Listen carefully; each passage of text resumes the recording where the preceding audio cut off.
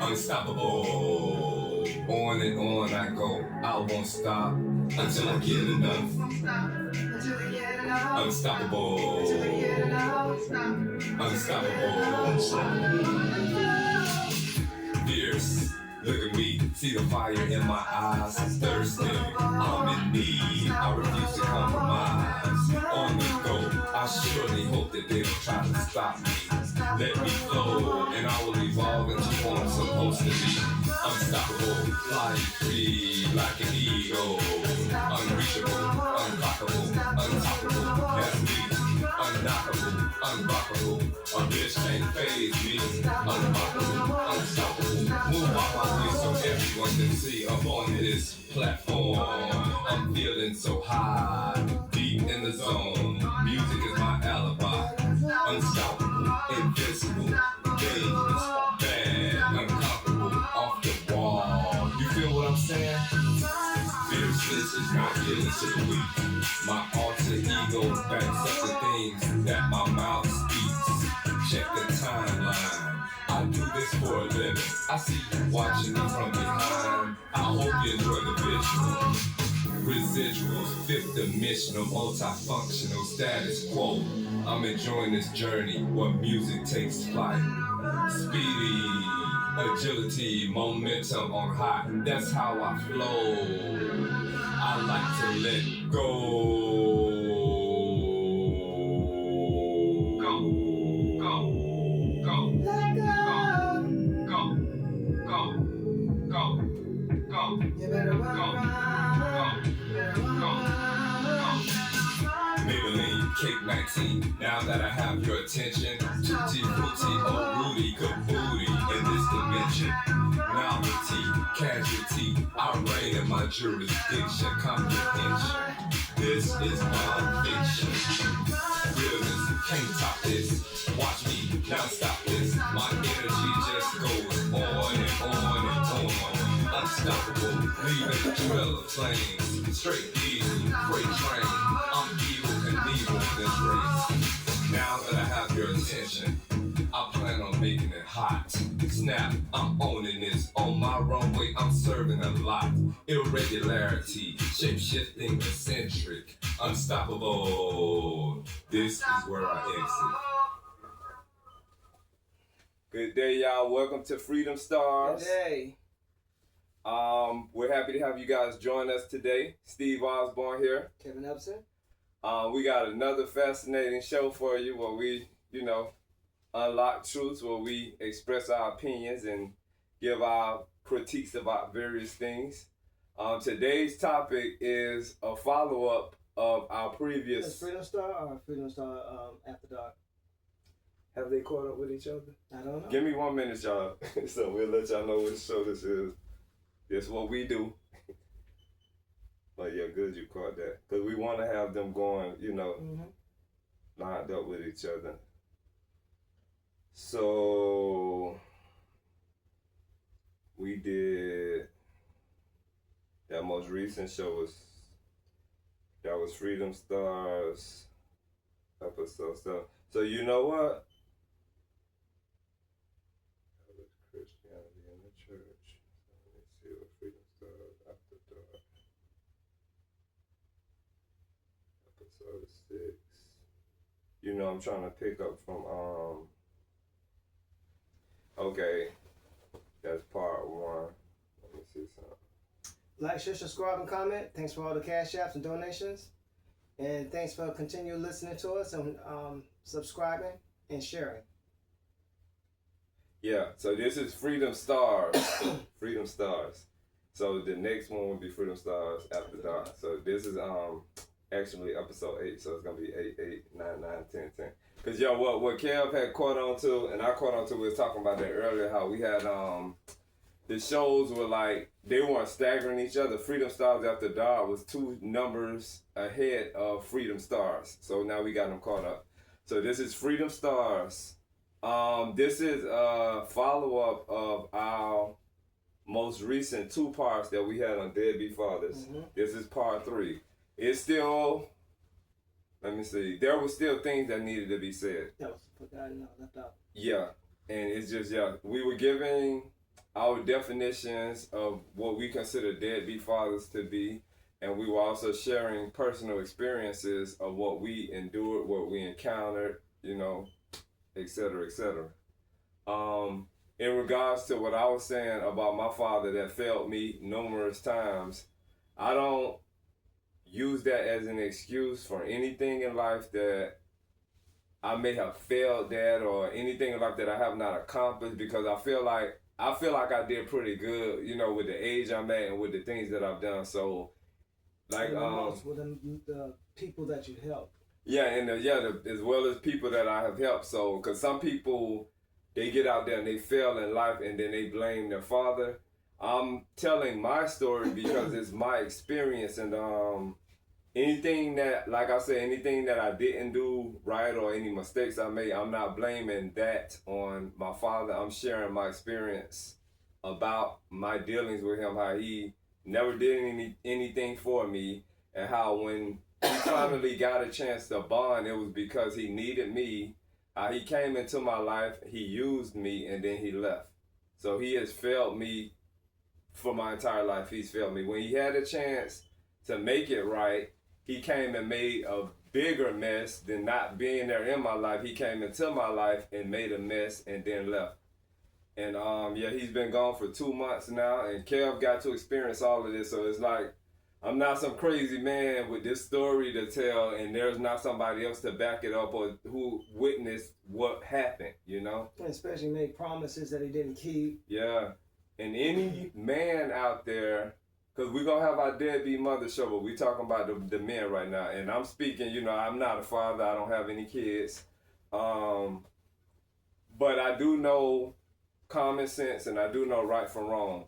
Any man out there that willingly participates in having raw, unprotected sex with a female, knowing what that brings about, and then when the child comes into this world, that man that does not play a part in his child's life is a disservice to that child. And I understand some situations can get complicated where some women just want men just to get them pregnant so they can push the man out of the picture. You gotta fight. Just as a sperm donor. A sperm donor, they call it, yeah. You gotta fight. You gotta maintain your rights as a father, because I've seen so many situations where this has happened and the man gave up, you know what I'm saying? And there's some situations where a stepfather comes into a child's life and don't be a good influence, actually be a bad example, and abuser. Yeah. And it's like, then I've seen some guys, I've actually seen some situations where some guys have went through custody battles with women and they actually won. And I give those guys their props. I know a few situations like that where the mother had to pay child support to the father. And I know a few situations where the father ended up winning and they didn't deserve their own child. The child still came out and with the father in a bad and example. Still in a bad, because the father really didn't deserve the child. Yeah, and that could be because of help, you know, that they get from people. So some fathers win the court cases. Kev saying just because he won, he still turns out being just the worst parent as the mother would have been. So that means neither one of those people needed to have children. So they messed that child's life up by bringing that child into this world.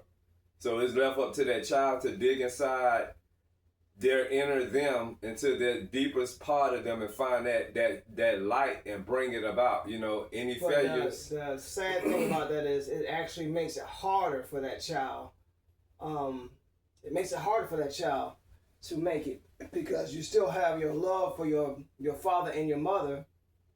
Then you're seeing your father, but he's not giving the right examples of a father. And then the narrative that he made to you about the mother is all, you know, negative. So that father did what the women do. What women normally do, because he's a beta male. Yeah. He's not an alpha male.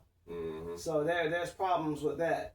But, the women usually poison the child against the father. But what Kevin's saying is that the father poisoned the child against the mother. Tried, and then the child later on snaps and turns on the father. Yeah. And then he gets with the mother later on, and it's crazy how that can go.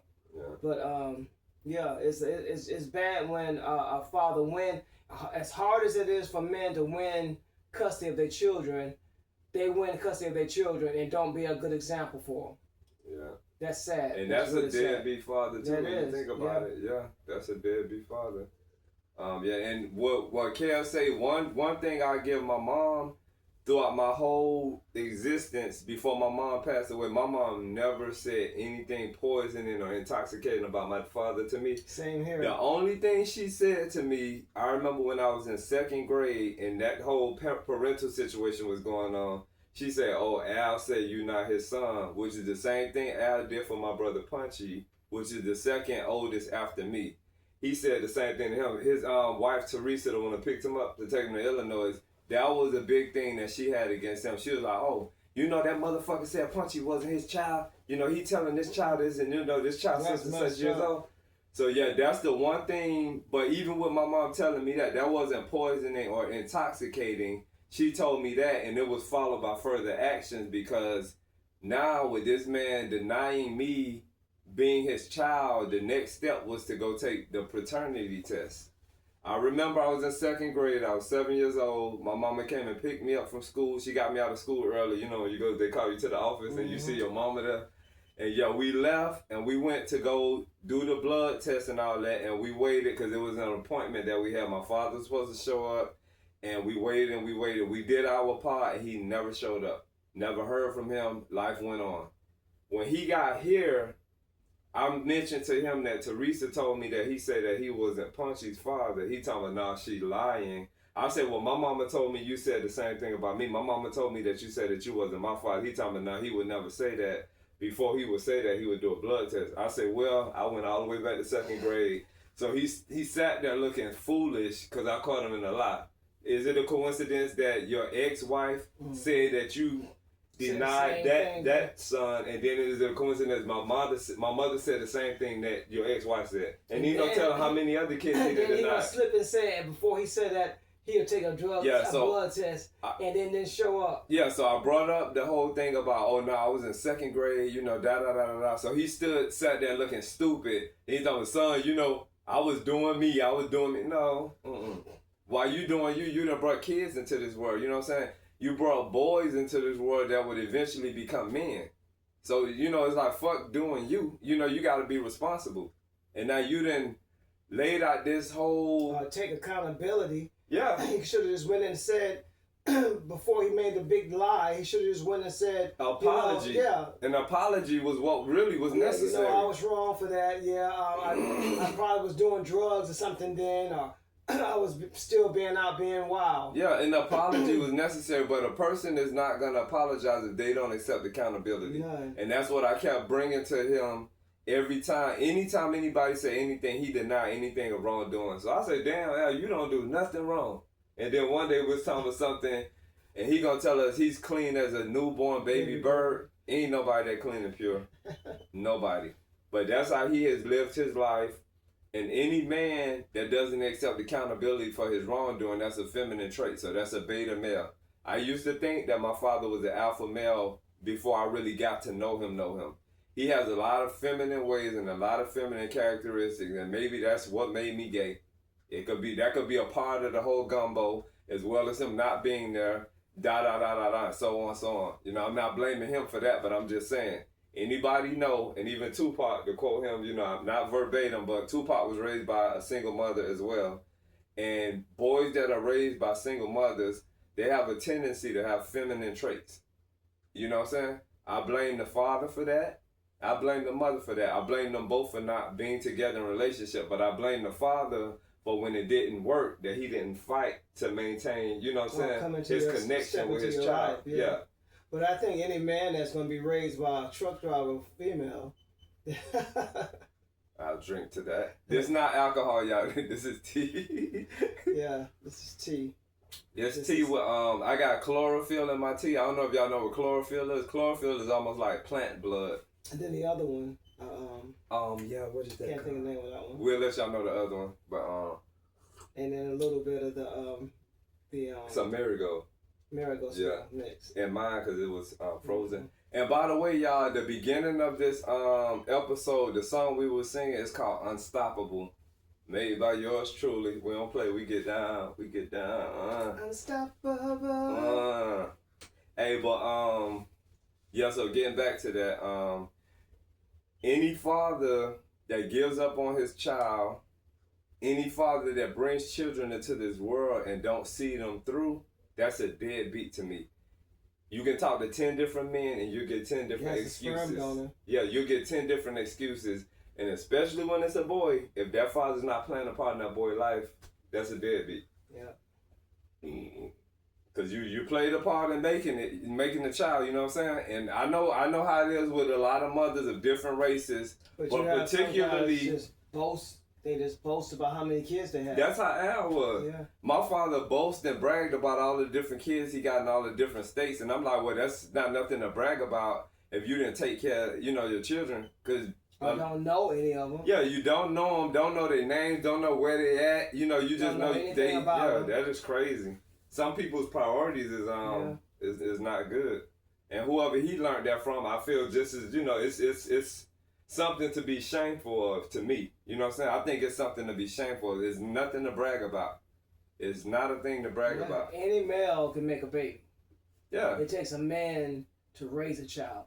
It's crazy. It's nothing to be bragged about. Like, it's really crazy. And then when you don't accept accountability for things that you did, that's just all kind of feminine energy. Like, that's not cool. And then with you having feminine energy, feminine quality, feminine traits, you have the nerve to address certain people as faggots, then what are you? Because you're a faggot just as well. You know what I'm saying?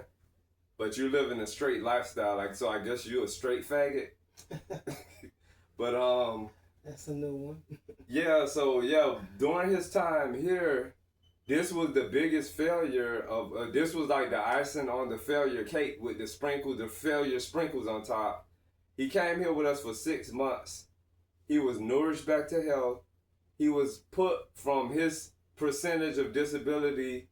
I helped him go 100%. There were days where I spent 8 to 10 hours with him on his appointments from when we leave the house to when we get back. 8 to 10 hours of my day gone. And I can guarantee you that 90% of the reason why it went to 100% is because those people saw a young man bringing his dad in there in a wheelchair and set for those many hours. The way it looked from the public eyes looking at us, it looked like a father and a son that have been together for a lifetime. Those people had no idea that me and this man, yeah, he acted. That's when I was like, oh, I'm like, Al is an actor. About, look at this young man bringing his dad. That's my oldest son. Yeah. We'll be in public, people be like, oh, you raised him so well, now he taking care of you. He's taking it, just sucked in all that. Yeah, he took it in and he shined with it in a fake way. So that's when I was like, this person is an actor. I mean, nurses said that. See, when we went to the grocery stores, when we went to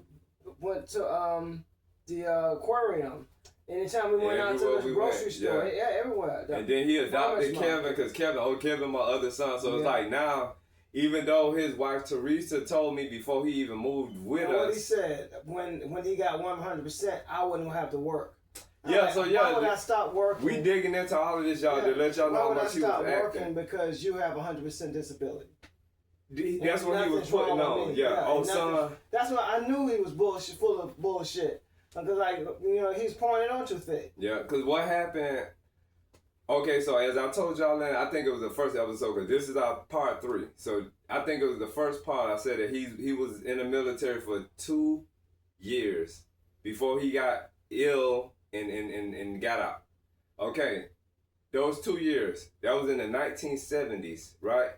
He has been mooching, sucking, and leeching off of the VA for my entire life. So... he never got 100% disability until I filled out all the necessary paperwork and this and that. We applied for the caregivers because through a lot of people that are veterans, they know that if you have situations and it's a loved one or, whoever in your life, they can apply for a caregiver position. If you need that extra Yeah, care. if you need help, and then, you know, it's a job for them, so they'll get paid for it. So we applied for the caregiver. We did the phone interview, and then we did the video interview, and then they told us, okay, we'll let y'all know whether your application is approved or denied within such and such amount of days. So we waited for such and such amount of days, and when they sent the letter in the mail, the letter said that it was denied.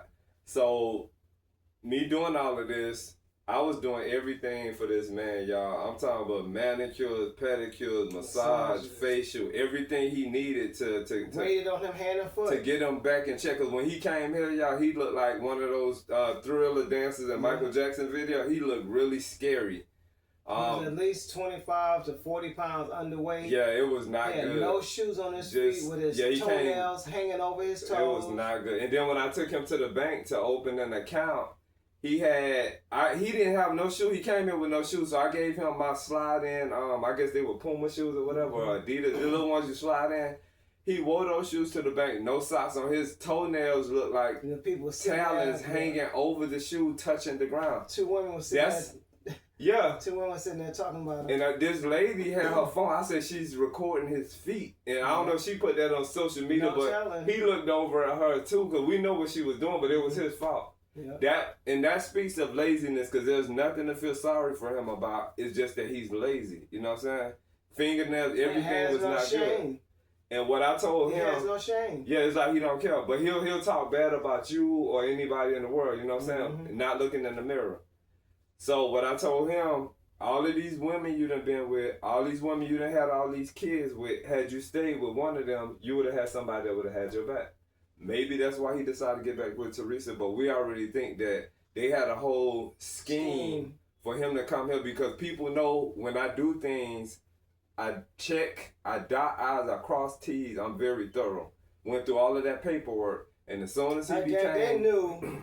They knew for a fact that if he came here with you, you was going to help him get to 100%. And that's when he's going to be able to come and stay with them, because they didn't want him up there till that happened. Before he moved here, when he had nowhere to go, his wife Teresa, Al can't stay here. Al going to have holes in my house. Al, because she said your daddy very promiscuous. He deals with plenty of women. And no matter how old he is. Your brother said he needed time. Yeah, my brother said he needed time so he can get an apartment for them, which is everybody that I told that to that know them, they say that's not going to work. That's like putting alcohol with match, like putting fireworks with a lit match. So what they doing right now, I have no idea. He's been gone from here. What is that? From the plants that we took out. Oh yeah, we took all the plants out too, y'all. In case y'all ain't noticed, the weather here is been nice, so I put the plants outside to get some it's been sunny and get some sunlight. 70 in the 70s, all today and yesterday. Yeah. But yeah, so my brother, who he's with now, he told them he needed time because he wanted to get an apartment, so you know they can have their own apartment. Because Teresa specifically said Al cannot live with her. When she said that, Al was getting a little bit of money and disability from the VA. After Al became 100% income-wise, once they consider him 100% disabled, which to me, he's not 100% disabled because he's still functions. Spokesperson. He told her of that balance, and they was here faster than the New York Minute. They picked him up and took him to Illinois, which went against what she said. But she was his mouthpiece. Yeah. Before all of that happened, y'all, when he got this money, when I first told him, it hit his blood and he changed on the spot. He had stayed in this room for almost 3 months. On porn, talking to young females, look like they in their 20s, and this man is 70 years old. I already told y'all how he's asking me to send cash out the money because somebody, you know, on the way to see him. This is not a whorehouse. This is not a brothel. This not, you know, halfway house. This is not a halfway house. All of these different things going on. This is not us. You know what I'm saying? So as the days carried on with him having this money, he wanted to spend extra money. So everything he want off of Amazon, he pointing this, and that. I'm ordering it for him. And you didn't know that the teas that he was trying to get wasn't just herbal tea. Yeah, so he thought the benefits of those teas was gonna be like the pill. Yeah, so what he's doing now, because, you know, he got this extra money, so he's telling me, I'm going to come to that real quick, what you said after I said this. He concocted this big idea that he wants me and Kev to drive him to Florida so he can pay his balance off on his driver's license, get his driver's license back so he can start driving. I'm like, you know Atlanta like that? Do you know every time we went out, you see multiple accidents? Not only that, I'm about to say, he's an accident waiting to happen. Yes, and then he have no control of the left side of his body. And then what horrors are you finna go pick up? Like, do you know them? Like, cause we know of situations of younger men that got involved with women that was overtaken by guys. You old. You know what I'm saying? Like, sit your ass down. Don't have any control of his left hand and his left foot. Like he's supposed to. And then he has glaucoma in one eye and losing sight in the other one. Doing too much. So, fast forward and getting back to what Kev said. So, he's on Amazon. He's looking at these commercials that's coming up on TikTok because he functions on all of the social media. I was like, he's there. So, from these commercials, you know, they talking about keeping your thing, making your thing hard. You know what I'm saying? But what about Cupid, the cologne? There's some cologne that's supposed to be pheromone related. Yeah. When you spray it, and it's supposed to just draw people to you and just make them like whatever pheromones do. Yeah, big fake. I guess it puts them in a... That's a big fake. Yeah, I guess it puts them in a place of being mesmerized or drawn in by you. Supposed to be. No, so he wanted that. Little old bottle like this, y'all, almost $100. Okay, if that's what you want, you know. I'm getting all this. Doing everything. So then, this was something crazy because his doctor called me from the VA. She said that a lot of his numbers were bad with, you know, how things should be health-wise. Because he's been eating all that junk food. Yeah. He claimed that our food that brought him back to health and changed his numbers from when the doctor when he first got here, the doctor was talking about how good his numbers looked. Everything was good. And how well he was doing. And then that's what she called you in a panic because he's pulled away from our food, so he didn't even want to eat our food no more. Yeah, so when he got here, he was not in good health. So y'all know me and Kel, vegetarian/vegans. We put him on our diet just before any of the VA stuff was taking place because, you know, that was that was a long process to get that ball rolling because he came from a whole nother state. So with him eating the meals we eating and just doing things we was doing, it put him in a better health status. So by the time the medications that they gave him and all of that, he was doing things his own way. 3 to 4 months, his health went straight up. Yeah. He was doing perfect. The lady even told you that when you first took him up there to when that 4 months, whatever period, how good everything changed. Yeah. Completely turned around. So she called. Go ahead. So that's why within a month and a half of him eating nothing but like ignoring our food, eating Kentucky Fried Chicken, Checkers, what else he was eating? Checkers. Okay, so he was eating KFC, he was eating Checkers, he was eating McDonald's, he was eating Popeyes, he was eating Churchies, he was eating Dairy Queen, he was eating Krispy Kreme. He was eating boxes of Krispy Kreme. He was eating Burger King. Good 15 restaurants. I'm leaving some out. That was a straight month and a half, almost 2 months. Yeah, because what happened... That's why she ended up telling you all that. Yeah, somewhere down the line, he stopped wanting to eat our food, and he was like, oh, you know, take me, I want to get this restaurant, I want to get that restaurant. So I'm like, you know that stuff is not good for you. All them chemicals and stuff in your food.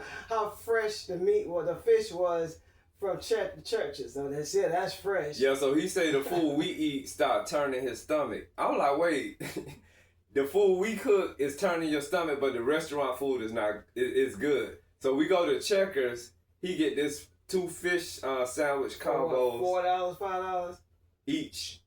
Yeah, I thought it was 2 for $5. Fish. Yeah. Yeah, then he got the 2 fries, then he got the 2 apple pies, and then sometimes he'll get a milkshake. All that's unhealthy, especially for somebody older.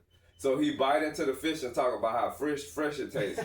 I'm like, man, do you know, first of all, that been frozen. Mm-hmm. It been deep fried. It got chemicals in it. Where's the freshness in that? Not to mention that grease probably been in that fryer for like a month and a half, if they even changed it in a month and a half. But he just got on some silly shit. You know what I'm saying? Pardon me for cursing, but I'm just, you know, saying it for what it is. So from all of this, you know, when you're a caretaker for somebody, there's no limits to what they may need you to do. All of this nasty food, all of this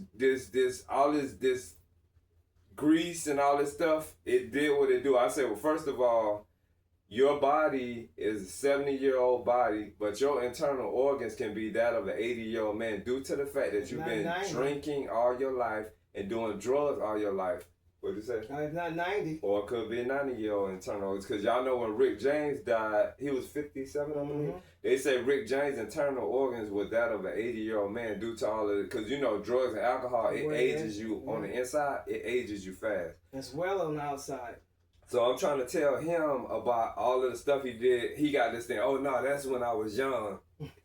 For all of the people that don't know, when we as people in this world do drugs and alcohol and all that in our youth, it does not disappear. So that would not process in his mind, because when he's young, I guess it fades away into nothingness. So you're so young that it just don't do that much damage to you. Yeah, so, and I'm like, look at you today. You know what I'm saying? So he acts like he know everything, but then it's like he has to go through some stupid shit in order to be seeing things different. It's those quotes and stuff that he was hearing on the phone. Yeah. That God was speaking to him through the phones. And that he was to the one. Christianity thing, yeah. He was an anointed one. And big Christian. He was a chosen one. Yeah. He would play those things. You would hear him all the way down the hall. So from him being hard-headed, eating all of this food and us giving him warnings and this and that, I'm like, when you eat that stuff is just messing your intestines up. Oh no, I shit all of that out. I say, no, you don't shit everything out. When we eat stuff, everything don't come out when you shit. Why this one night, it was a very nasty night.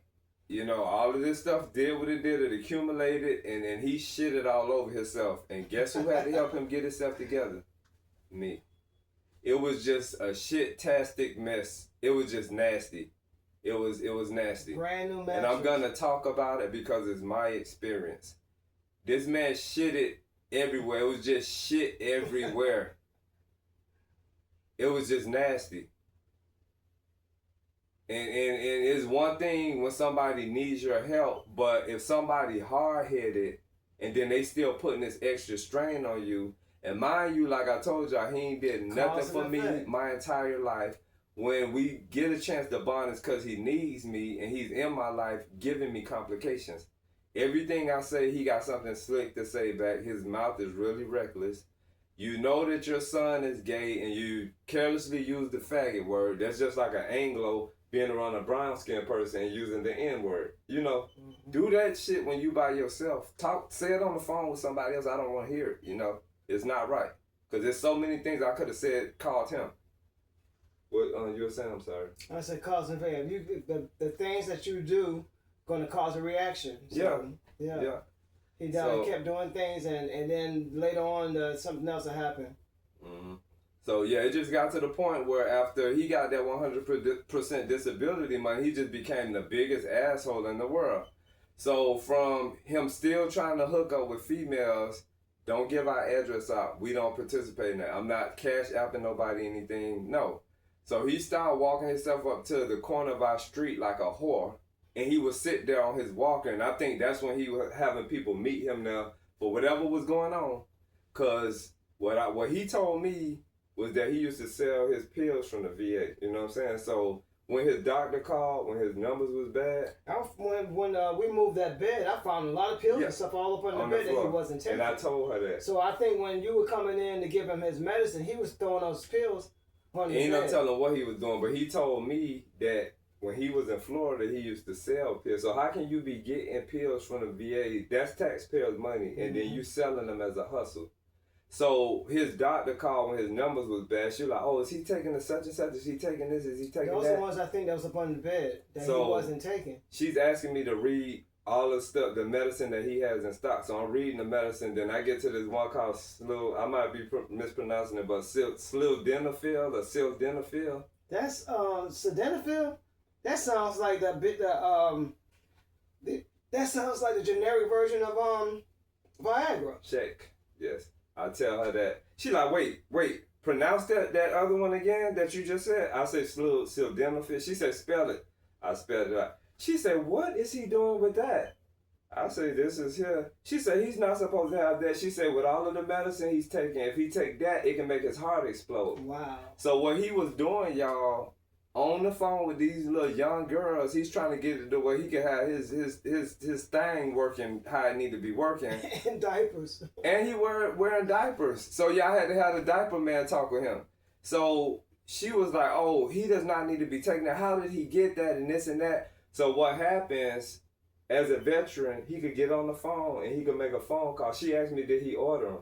He ordered them behind my back. Sure did. He ordered those sildenafil behind my back. Yep. That was to go with his porn and somebody meeting him. Yeah. The Cialis and sildenafil. So she was, she's just on the phone frantic. She was like, he may die, this and that. I'm like, this is a grown person making their decisions. Very coherent, on top of that, very aware. On top of that, you could have came in here and found him dead. Yeah. So you could have came in here and found him dead, not knowing what the hell he took. So I told her whatever they need to talk about, because he's 1000% here, alert, coherent, aware, everything. I said you need to talk to him. He's the person. I'm helping. You know what I'm saying? Mm-hmm. So, and then me and her eventually had 2 conversations on our own with me not being around him, and that's when I told her everything. She said, well, he's a grown person. You can't put no gun to somebody's head and, make them do what you want them to do. Because this person is making decisions off of and together, they there.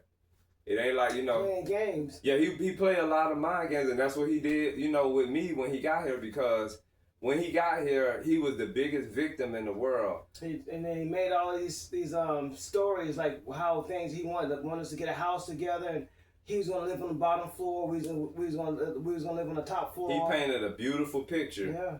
And like Kev said too, a bigger house. Yeah, and then we started looking for a bigger house. And like Kev said too, he was like, oh, when I get my full disability, the VA taking care of me. Kev, you could stop working. There's never been a time where we put our life in anybody's hands. And I definitely, as healthy as I am, what I look like stopped working because he came into some money. That's because it's still his money. Yeah. So it's just that's crazy. Really crazy. So then he made a deal after we were denied from the caregiver position. Oh, you doing this hard work. When I get my money, we gonna split that money in half. Because if I have everything that I need, I don't have a need for money. So he don't want to put that in my head that as long as a person. And he didn't want his money to sit in the bank. He said he didn't trust banks. He was like, I need you to buy safe and store, because he had all these bad stories about the bank. So buy safe and store the money in the safe. All that can be verified, because when he got here, he didn't have a bank. He had these weird cards. He was putting his money on these weird cards, and he didn't want any money left on the cards. He told you, even if you had to go in and buy candy all his money he off. Wanted all the he money said, off don't the leave cards. a penny on that motherfucker. Yeah. And when we take as much as we could take off, it could be like $3 left or $2. He'd be like, buy a lighter, buy something, or something. Buy a lighter and a candy bar. So lighter might be, I don't know, $2.89, candy bar, whatever, and it'll take it probably to where like 17 cents. He said anytime his money hit, always take all of it out. That was the thing he said. The reason he doesn't like banks, which I found out, I had to sit down and think about, because me and him had been dealing on the phone since 2001. When I was giving his phone number. And everything was going good when y'all was just on the phone. On the phone, it was going good because, when you're around somebody, that's a different story. So from 2001 all the way up until he moved with us, he was always complaining and nagging and griping about people taking his money, stealing his money, just all of these random things. He blamed cousins of mine. He blamed his sister Rita, his sister Deanie. Anybody he was involved with where he burnt bridges, he accused them of stealing from him, and some situations got to the point where he would actually get on the phone and call the bank reporting fraud, and that whoever it is he's mad at, trying to get them in trouble with the bank. That's really messed up. So the bank, that's spiteful, and that's evil. Yeah. And he considers himself a Christian. Yeah. So what the bank does in situations like that, what I've learned. And vindictive. Yeah, vindictive, just a whole line of just nastiness. Just it's cutthroat. I don't know malicious, too many men that would do that. Frivolous. Yeah. I don't know too many men that would do That's that. a feminine quality. That's a feminine trait. So, what the bank did for him, because he would share these things with me, and I'm like, man, that's messed up. Everybody doing this to him. Because I'm looking at things from his point of view, and there's always more than one side to a story. We all old enough to know that. So the bank will close that account down and they'll open him a fresh account. So he went through this numerous times till some banks would be like, just kick him out. yeah, and his sister even told me, she's like, oh, your father done messed up with so many banks. They won't even deal with him no more. They kick him out of their whole system. That's why he had all those weird cards. So he had to find another bank. There's been Wells Fargo, just a variation of banks. Little did I know that all of these stories he told me about these people stealing from him and doing him wrong and this and that. Little did I know that I was going to become one of the people in his lineup once me and him, didn't work out anymore. Once he burned his bridges with me. Do what he wanted you to do. Yeah. If things don't go his way, he has these sissy fits. So little did I know that eventually I was going to become one of those people, because when he moved here on the basis of, oh, my sister Rita been stealing money from me. She been doing this. He talked about that for months. Then it wore off. You know what I'm saying? And he just started fixating in with us. So I'm taking it with the pattern that he has. When he left us, I was the topic. Oh, my son been stealing money from me, and it's not the fact that nobody steal money from anybody. When you live somewhere, you don't live nowhere for free. And we had to bring that to him, because when he moved here with us, he spent over $1,000 on fishing equipment and fishing gear. Fishing equipment and fishing gear. Yeah, and didn't use the shit like you would think for all of that money that was spent. So $1,000 on the bed, over $1,000 on the bed. He got $1,000 and something bed. Over $1,000 in a place that he only stayed not even 24 hours. He spent over $1,000 when he decided he wanted to move from with us, because we weren't letting no whores come in our house. I want cash apping no money to no bitches. You know what I'm saying? I'm like, you need to quit dealing with these people online. You asked me to buy you a Bible. Why you ain't reading your Bible when you're supposed to be this big Christian? And this is all in 6 months. Yeah, this just a lot took place in 6 months. That's why we had to make a part 3, and hopefully we ain't got to make a part 4, because we're trying to nip it in the bud here. So once all of the shit hit the fan, I go in his room one day. He gonna point in his closet eating with his fork, talking about that's not $1,000 worth of clothes in that closet. I'm like, where is this coming from?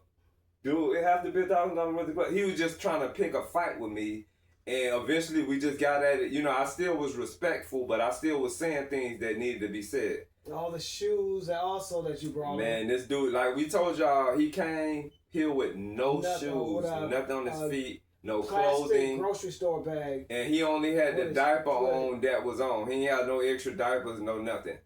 So, and I'm going to get on the diaper situation. It was a toothbrush and some trash. Cord that was a phone charger, yeah, when he came here. So, after all that stuff going on, that day he was like, oh, he going to have to put his face on. Find me somewhere to live. He going to say it like that. I said, oh, you want your own place? Okay, I get on the phone with the VA.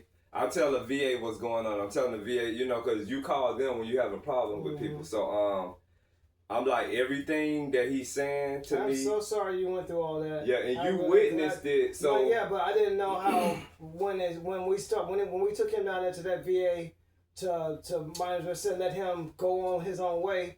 I didn't know he had turned like that on you. Because I was already not liking the fact of how he was talking to you after you told him about his 100%. Yeah. He's changed. His mouth got more sassy. He got really reckless really at his nasty. lips. Yeah, he got really to be a nasty person. And that was the true person that was there. That's the person that was there. All the rest of that was acting. I was ready for him to leave. I was if he wouldn't have never told you that he wanted to move out, I was going to tell you I wanted to put him out. Because the last time I heard him talk to you was the last time I was able to take that. And that's funny that it happened to be that Friday. Mm-hmm. Because that Thursday, after that Thursday afternoon, I was done. I was like, what's this wrong? I said, okay, Steve got him to help him get his 100%. So now he's feeling like he's big and badass.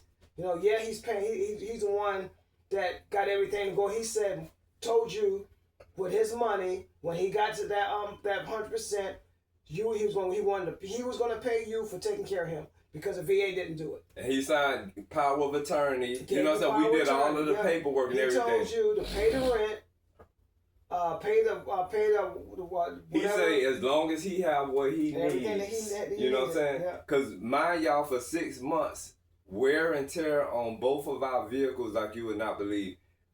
the logistics of things. If you have somebody, okay, so let's say for instance, one, you know, y'all out there, say you got a best friend, right? So say something happened to your vehicle, it get repossessed or you, whatever. And your best friend your vehicle sits 90% of the time. Yeah, you don't drive your vehicle that much. So now your best friend needs you to take him to work, home, pick him up from work and take him back home, run him on errands, him or her.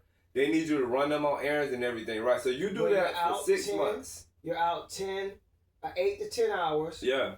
You utilizing your time to pick them up, take them where they need to go. You utilizing your time to pick them up and take them back. It's only 24 hours in a day. Yeah. So when you're taking your best friend, your relative, or whoever this is, gas, right? So how do you handle that when you take them somewhere? Do you put the gas in there from your own money and you taking them somewhere? Do you have it like that? Or are they responsible for paying for gas for every time you take them somewhere? And the wear and tear. What about the wear and tear? If your vehicle breaks down or something goes wrong and you've been taking this person somewhere for 6 months straight, do you feel like they should play a part in whatever your repairs are that's needed to be done? Because they should feel like that. They should come to you like, you know what? You've been doing this for me. You've been doing that for me. And even if they talk, I heard him out his own mouth tell you to get the car repaired. Yeah. I heard him out his own mouth tell you to get tires. Yeah.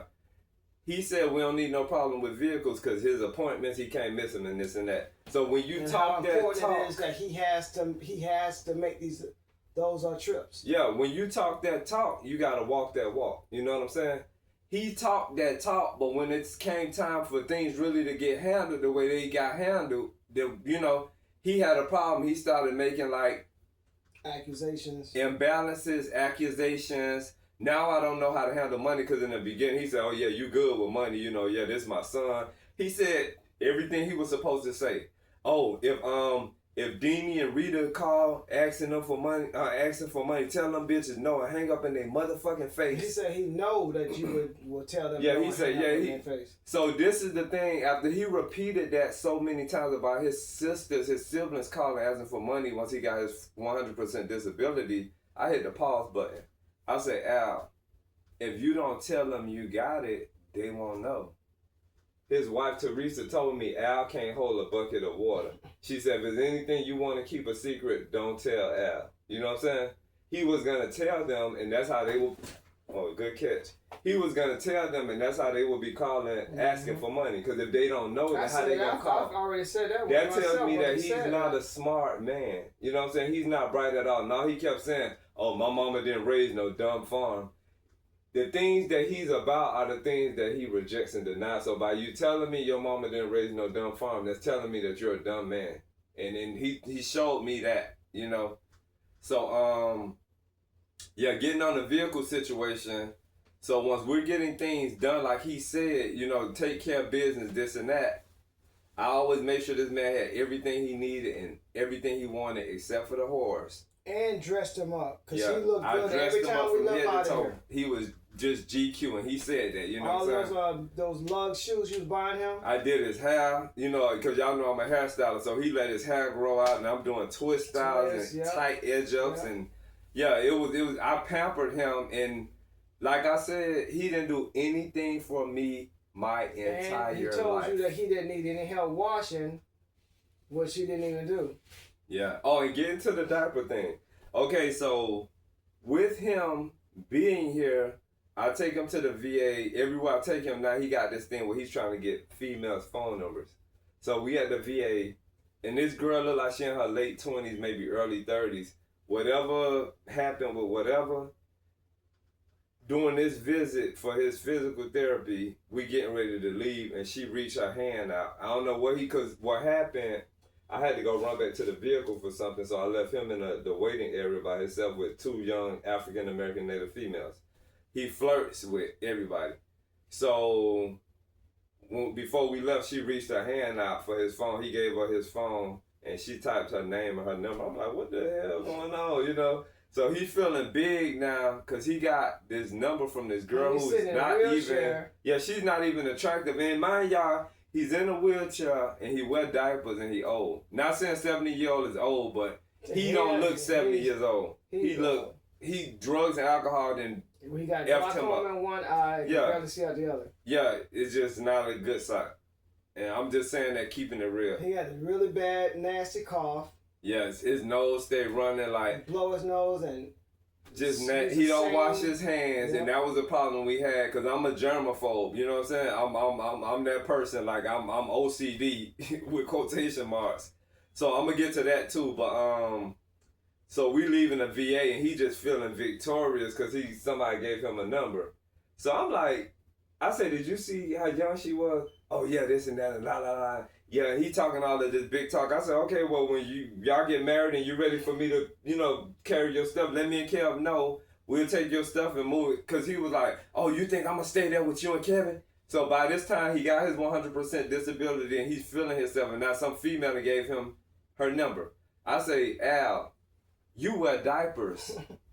I say, do you think that's not going to gross that 20-something-year-old, 30-something-year-old girl out? Dealing with an old man that wears diapers. I say her giving you her phone number is because she thinks that you have money. She thinks that you just... she want to get his VA hospital money. Yeah, she wants your benefits. Like, she think he done served all his life. She don't know he been in the VA for 2 years back in the 1970s. She's looking at money, and she wasn't attractive.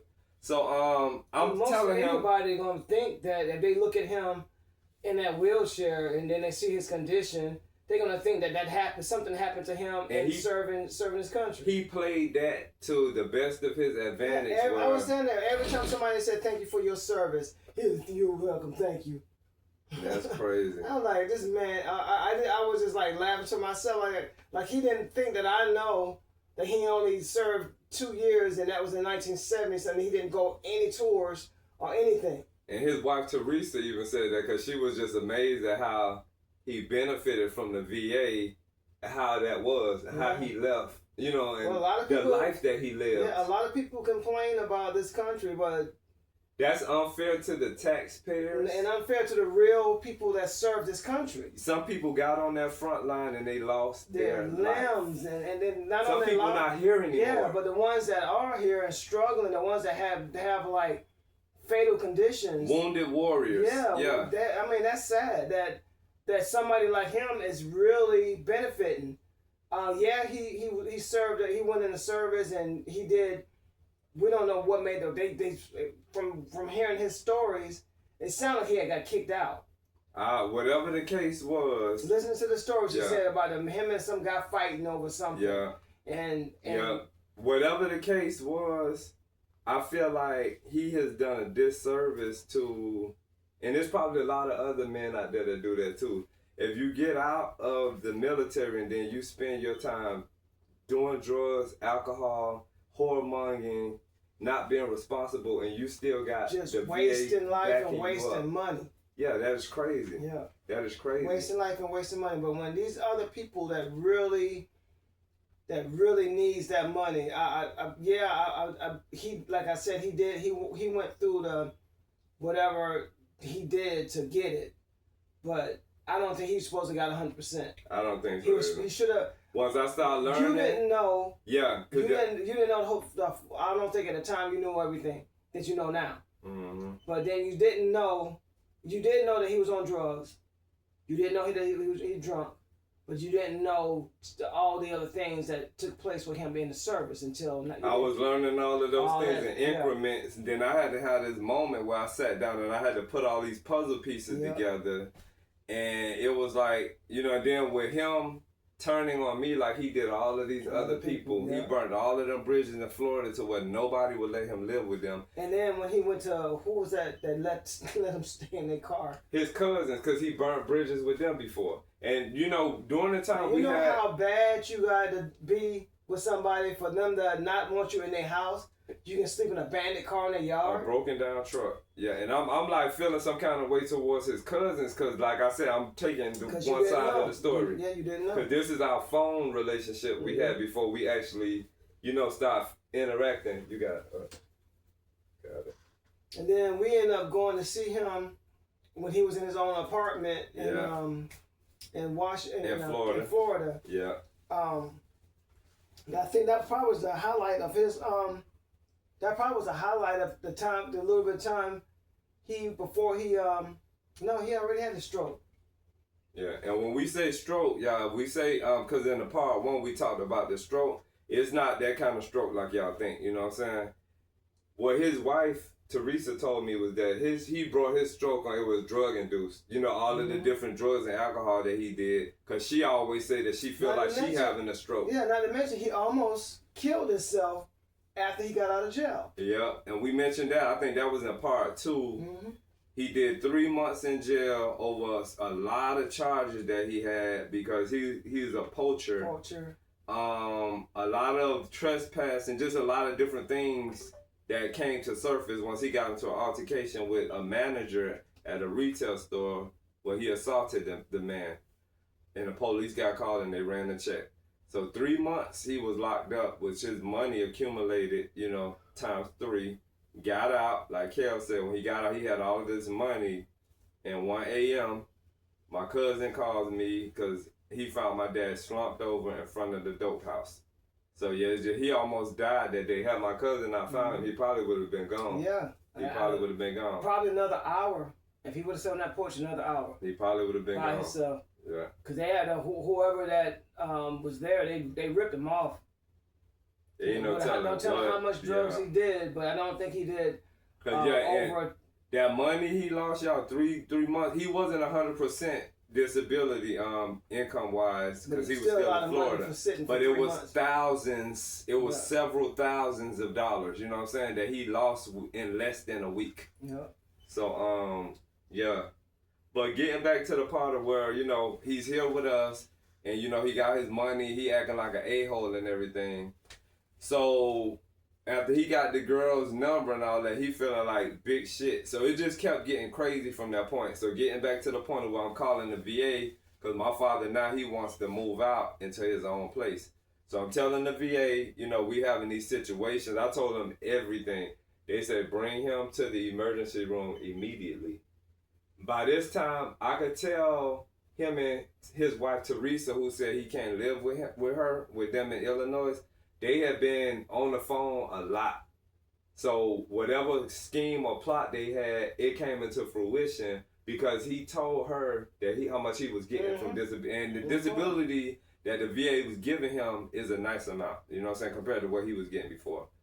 So, and sometimes I see his phone with her name on it. Yeah, that was the only reason that she was going to let him come stay with her. Because if she was going to let him stay with her, why didn't she just let him come instead of showing up in Atlanta unannounced? He would have came to Atlanta with no shoes on his feet. And that's what half dead, he would have went straight there. I sent her a text message about that because we're going to get to the point where they came to our house unannounced and made a scene.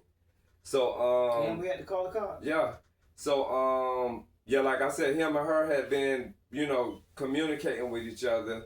So when the VA told me to bring him to the emergency room, I tell him what, you know, they said he get himself together. We headed to the VA. And you was with us that time. So we get there. Got out for work.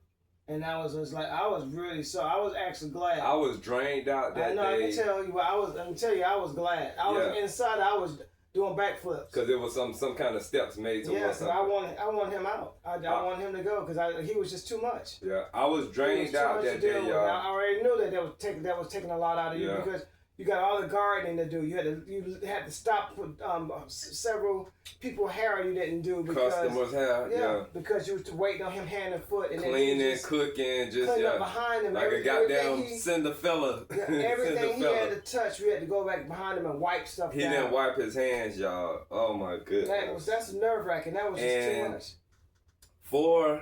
I'm gonna go back to the diaper thing too. The dogs barked at him day and night. I'm gonna go back to the diaper thing because we all over the place. That's just how crazy it is. So with the no washing hands thing that Kel was talking about, day in, day out, everything this man does, he does not wash his hair.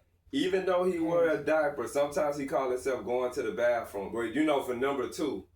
And I'm the type of person, I'm real, we into music. My ears pick up things and just whatever.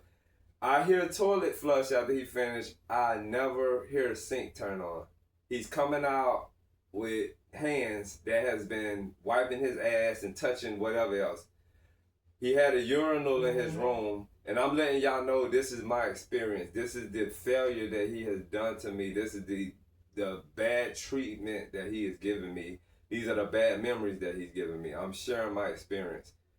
From him wearing diapers, he's so lazy. Instead of walking to the bathroom every time he got to pee, he had a urinal.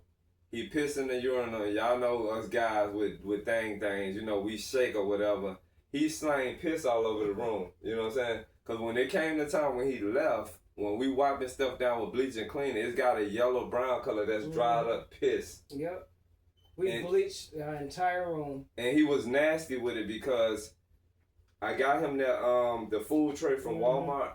There's these trays that fold open where you can eat your food. So sometimes I come and bring him his food. He got the pissy, nasty urinal sitting right there full of piss. I passed his door with the door open and see him was sitting. Yeah, it's sitting right there full of piss where his food at. And I'm like, man, you gonna have to. I say, you don't see nothing wrong with this. Like, he just that lazy. He's that lazy. And his sister told me he was lazy. And then in the mornings, in the in the AMs, when he's walking to the bathroom to pour it out.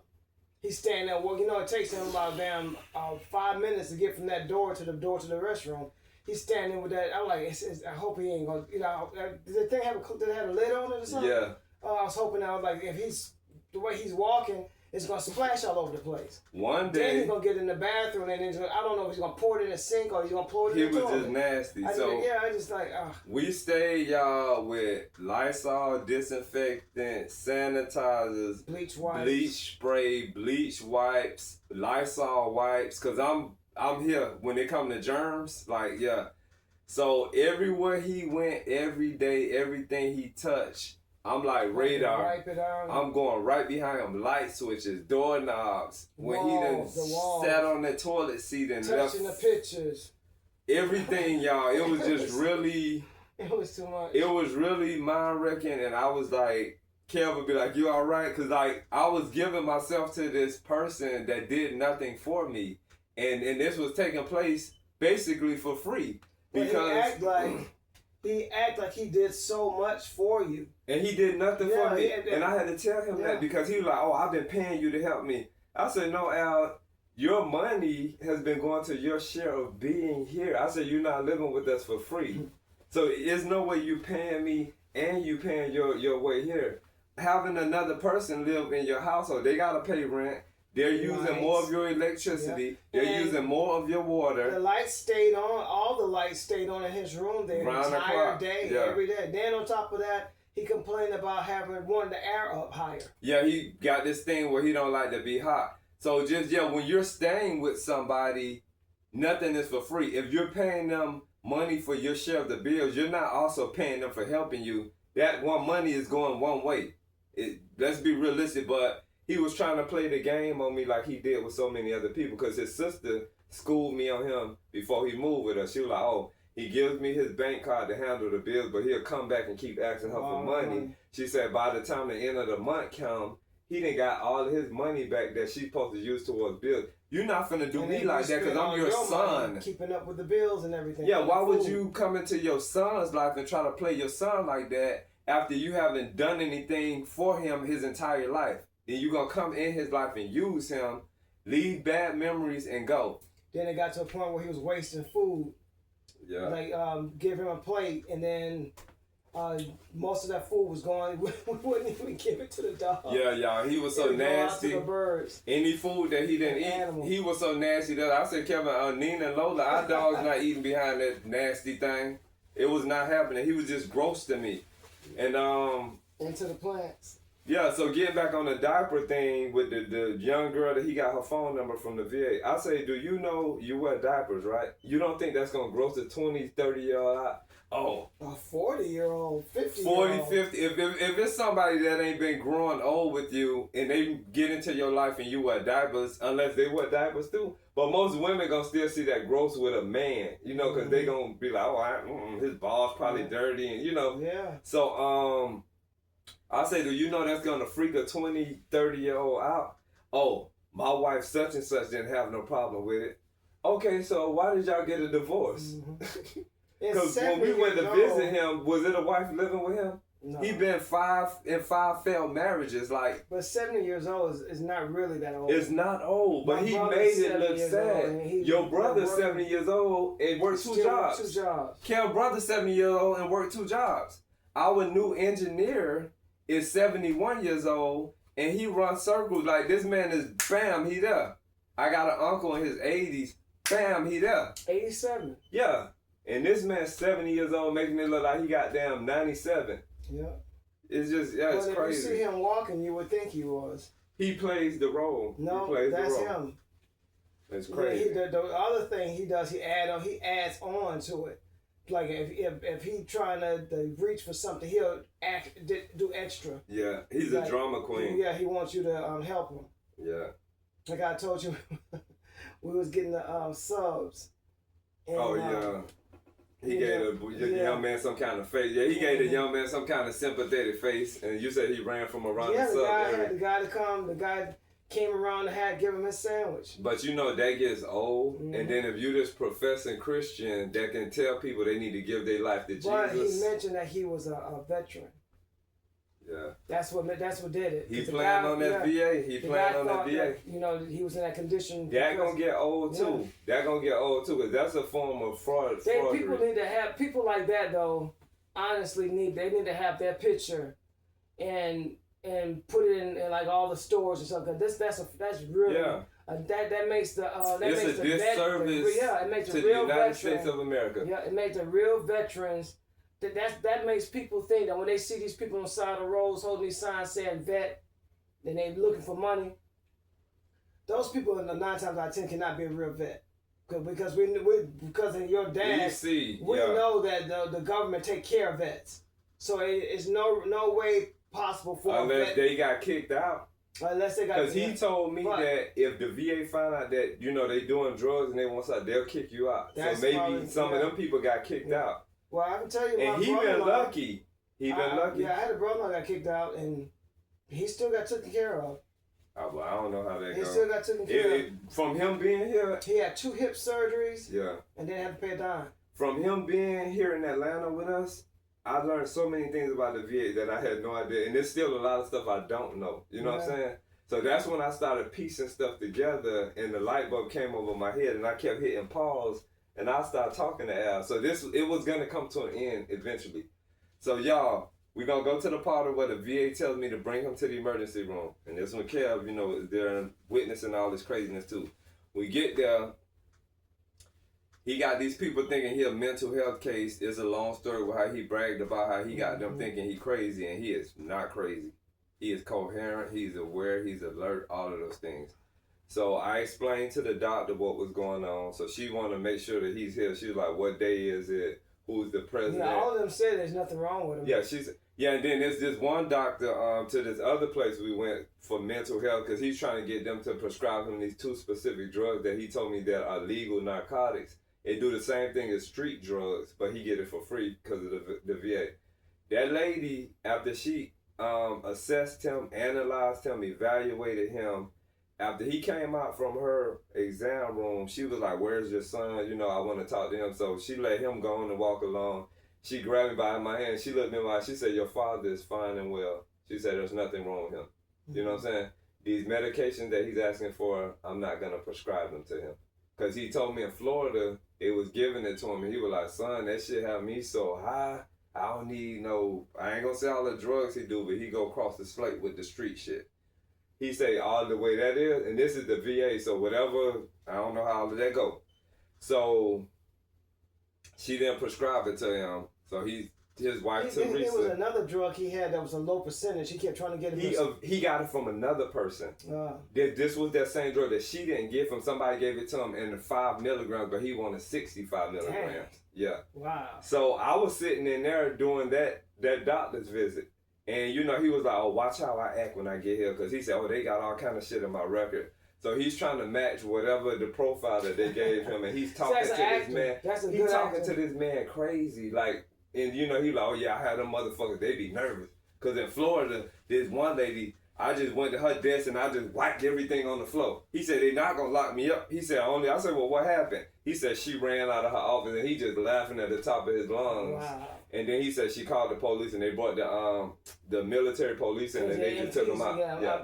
And he didn't get locked up. A lot of people don't know that. Yeah. A regular police cannot arrest a person that's in the service. Only military police can. That shit is crazy. Yeah. And I'm hearing these stories and I'm going to remain Steve who I am, you know, but I'm like, I'm not thinking, okay, well, this is my father, we bonding, I'm not paying that no attention. I'm paying that all attention. And I'm taking it into my system, and then I'm bringing it back to him like, well, do you think that was right? Do this make sense for you to do that? Then, you know, he act like he know everything, and he talks you off and all of this kind of stuff. So that's when I start realizing, I'm like, you know what? This is a bad man. This is a negative, dark, bad person. I told you I didn't want to tell you all the stuff that when we took him to the Brave game, and you was going to get the car and come back. That side of everything I saw that night, I was like reevaluating. I was like, wow, what did we get ourselves into letting him come stay with us? Because everything the way he was sounding, he sounded like he did that. That's who he was. Yeah, but not only that, he sounded like he did the last day the last time we saw him. That's what he was sounding. It was coming out earlier. Yeah, earlier. And what happened with the Braves game? The thing with me was I seen it, and I gave him the benefit of the doubt. I should have stood firm in that. Like I knew that's what I saw, and I was trying to tell you, but I didn't want to.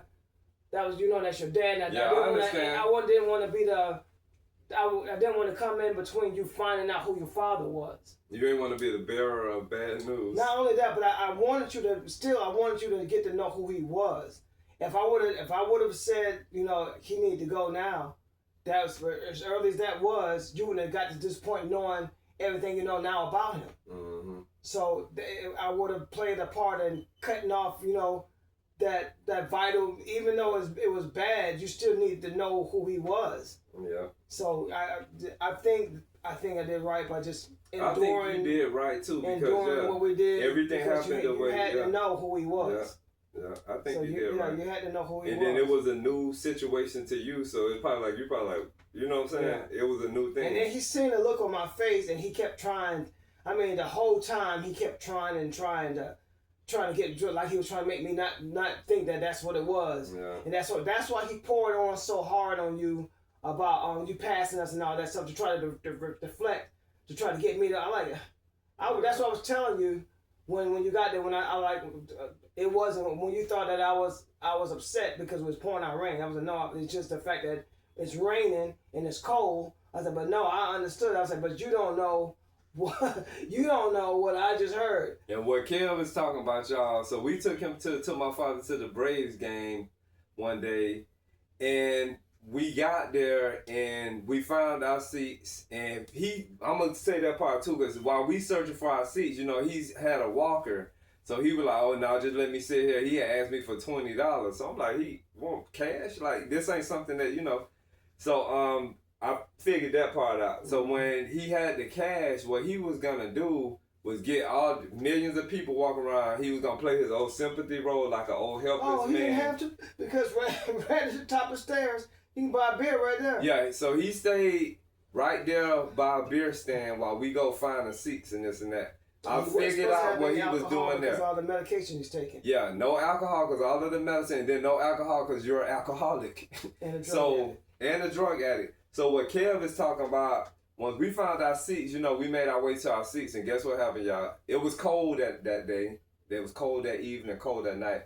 That hard, heavy, cold Georgia rain came down. So that means that the players on the baseball field was empty. So now we sat around for a while. It was rained out. Yeah. But it ended up later on, about 3 hours or 4 hours later. Oh yeah, we wasn't gonna wait no 3 or 4 hours. Yeah. Some people waited it out to see, how the weather was gonna be. But after that, we ate out. So we had 3 pizzas. Greasy ass pizza. We had 3 pizzas. 3 slices. 3 not pieces, but 3 slices. 1 slice for Kel, 1 slice for my father, 1 slice for me. Then all of us had our large Pepsi drinks. Man, we usually don't drink soda, but we was doing that for the occasion. Game. Those 3 slices of pizza, y'all, and those 3 drinks came up to $75. I could be a millionaire and that would still be a lot to It's me. not only You know that, what I'm the saying? quality of the pizza was just, I swear, we could have brought a better pizza. We could have at the made a gas- pizza. No, I know that. But I'm saying we could have brought a better pizza at QT gas station. Yeah. I could be That a was the worst billionaire. pizza. I could be a billionaire and $75 for 3 slices of pizza and 3 drinks. I could be a billionaire. That's still too much money. So once we finished that, we decided, okay, we're going to leave. You know, it's rained out, blah, blah, blah. So where we parked at, I had to walk in the cold rain. About a mile and a half. About a mile to get to, because we parked, far from the, is that called the Braves? No, the Truist Park, not the Braves Stadium. Every parking spot from the closest ones was around $60. Yeah, from 100. So we found the parking space because we budget, like we don't ball like ours that. were what, $25, $30? Yeah, we found like a $25, $30 parking space that was like a mile away from the stadium. And mind you, we're only talking about what, 3 hours? Yeah. At the most 4 hours? Yeah. And then that long, so we took the shuttle there, but when it was raining, there was no shuttle to bring us back. So while Kev was with my father, I walked that mile in the cold rain, and I'm talking about I'm soaked all the way down to my drawers, like, and my phone wet because I was on the phone with you. We're standing up on the parking deck that goes to a complex. Yeah, and it was just crazy because like I had no idea where I was going because whichever way the shuttle brought us, that wasn't the way. I had my GPS on with the walking directions. He's insulting. Yeah, these this young man. gay couples that. Yeah, he insulted these young. Talking, look at these. You know they are faggots. Yeah, he used that faggot word just carelessly, like, and then. Why would you call somebody faggot? I think people that do that, it's something in them. Yeah, they deflecting. Because most men don't care. The average straight only man. Only time a real man gonna care is if you disrespect him. Yeah, the average straight man that I've heard when they find out somebody's gay or a faggot, they'll say that's them, more pussy for them. That's what I hear straight men say. They say, oh, more pussy, you know, that's them. So he never say that. He just got a problem with faggots, probably because he a faggot, and that's probably why he been with so many women, so he could try to keep covering it up. There's no telling how that go. Yeah. Because they say some homosexual traits can be genetic as well. You get what I'm saying? Mm-hmm. So so I walked the mile, found our truck. So now me and Kev on the phone. I got the heat on because I'm soaking wet and just shivering. So I hear Al in the background, he talking, we on the right side. So everywhere that I'm going at, I'm looking on my right side. So I'm riding around in circles, just on Parkway, just all over the place. On top of that, this is what his by this time this was his second week here in Atlanta. Fairly new in Atlanta. Not to mention, he's never been over there, and then me and you has never been at the Truist Park ourselves. That's what let me know he's not a smart man. Because if he don't know where I'm coming from, how can you tell me you're on the right if you don't know where the hell I'm coming from? And the only thing that we was doing was looking at the direction that you walked down. We're thinking that you're going to come down. I already said, you know what, how Atlanta is, a lot of these streets, you can't go, it's like one-way streets. You can go down, but you can't come back up. And then the police was directing the streets, so that made it even harder. Yeah. So, y'all, I'm riding loops around. But you didn't come back up that same street that we standing there looking down the street for you to come that way, and you coming from this way. Yeah. So that was crazy. That was really crazy. So, something changed with me looping around again, and instead of them being on the right side, they was actually on the left. So I made that left turn until y'all was in front of a parking garage. Finally found, because you saw us, we didn't see you. Yeah, do y'all know when Al got in that truck, he cussed me the F out.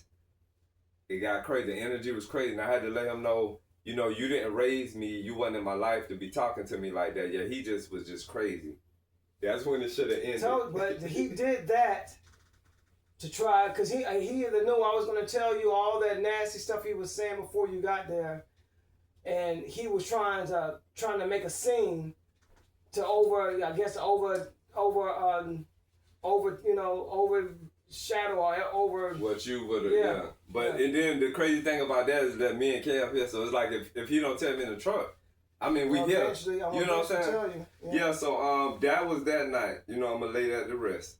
So getting back to the VA appointment, we at the VA emergency room. Yeah. I tell him everything. The lady, the female doctor, she was like, you know, what day of the week is it? Who's the president? He answered all that stuff. Everything. She said this thing Sharp that I as a hate to whip. hear people say. Oh, you look just like Richard Pryor to me. And when people do that, he get like this. Mm-hmm. Like real life. I'm like, what the hell? He looked like Richard Pryor after Richard Pryor got burned. He think about the young Richard Pryor. So and honestly, he don't even look like Richard Pryor to me. He really don't. So that's just somebody trying to be nice. What it is, trying to be. I think the thing about people, I think that's one of his favorite comedians or celebrities. And That is one of the biggest comedians in the world. Yeah, he look at Richard Pryor every day, and people could shake themselves after that. You know what I'm saying? So I think that's what people see, because it's like you infusing your energy or how you positioning your face or how you looking at people. You know, but still, like I said, it's the after he got burned situation. Yeah. So he has no idea with that. Because he don't even know that when you're saying that, Richard Pryor also was on crack. Richard Pryor was a crackhead. He was a freebasing. That's how he got burned. He said that in his show. Yeah, that's how he got burned. He was freebasing, and he said that he would whatever he was using to freebase with, waste or something. But he in the JoJo dancer, he showed himself pouring this lighter fluid and stuff, whatever it was, on himself, and then he struck the match and ignited. Yeah. So after that, I thought I heard a phone. That was your stomach? That's me rocking my feet on. Okay. So after that, we had that doctor to check him in and everything. So we needed to speak to more that people. Young guy. Which one? That young guy. I forgot. So what was happened? Because you was heading there from work, right? So no, yeah. I already got. Because I had to come out in the parking lot and find. No, we rode together. You went to park. Yeah. Yeah. I dropped y'all off and I had to find a spot. And then I came and met you. Yeah, so the young guy, the caseworker. Yeah. Okay, so yeah, that was one of the people we talked to. So we talked to about 4. Because the big thing was, you already knew that the biggest thing, that reason why he was trying to come out, trying to get into a place of his own, because he had got all that money and he wanted to do, we knew he was going to do drugs. And get back in the whores. Yeah. So you were trying to tell them about the drug thing, and because you felt that's what he was going to end up doing, finding some place, getting drugs, and having like how he did before with the party. Because he repeat, since 2021 when I told y'all me and him started, creating a relationship over the phone, he was repeating patterns of where he would stay somewhere. It's the whores, it's the drugs, it's the alcohol, and before you know it, he kicked out of there, and then he's somewhere else. And these were VA places. And I think that was the longest he probably cleaned himself, because the longest he would stay here, 6 months. he was clean. Yeah. He was clean for 6 months. So 3 months in jail, he got out and he got on drugs. When he got out from the 3 months, he got back on drugs. That's why he was not coming here, because we wasn't finna take on that. He came here anyway, unannounced.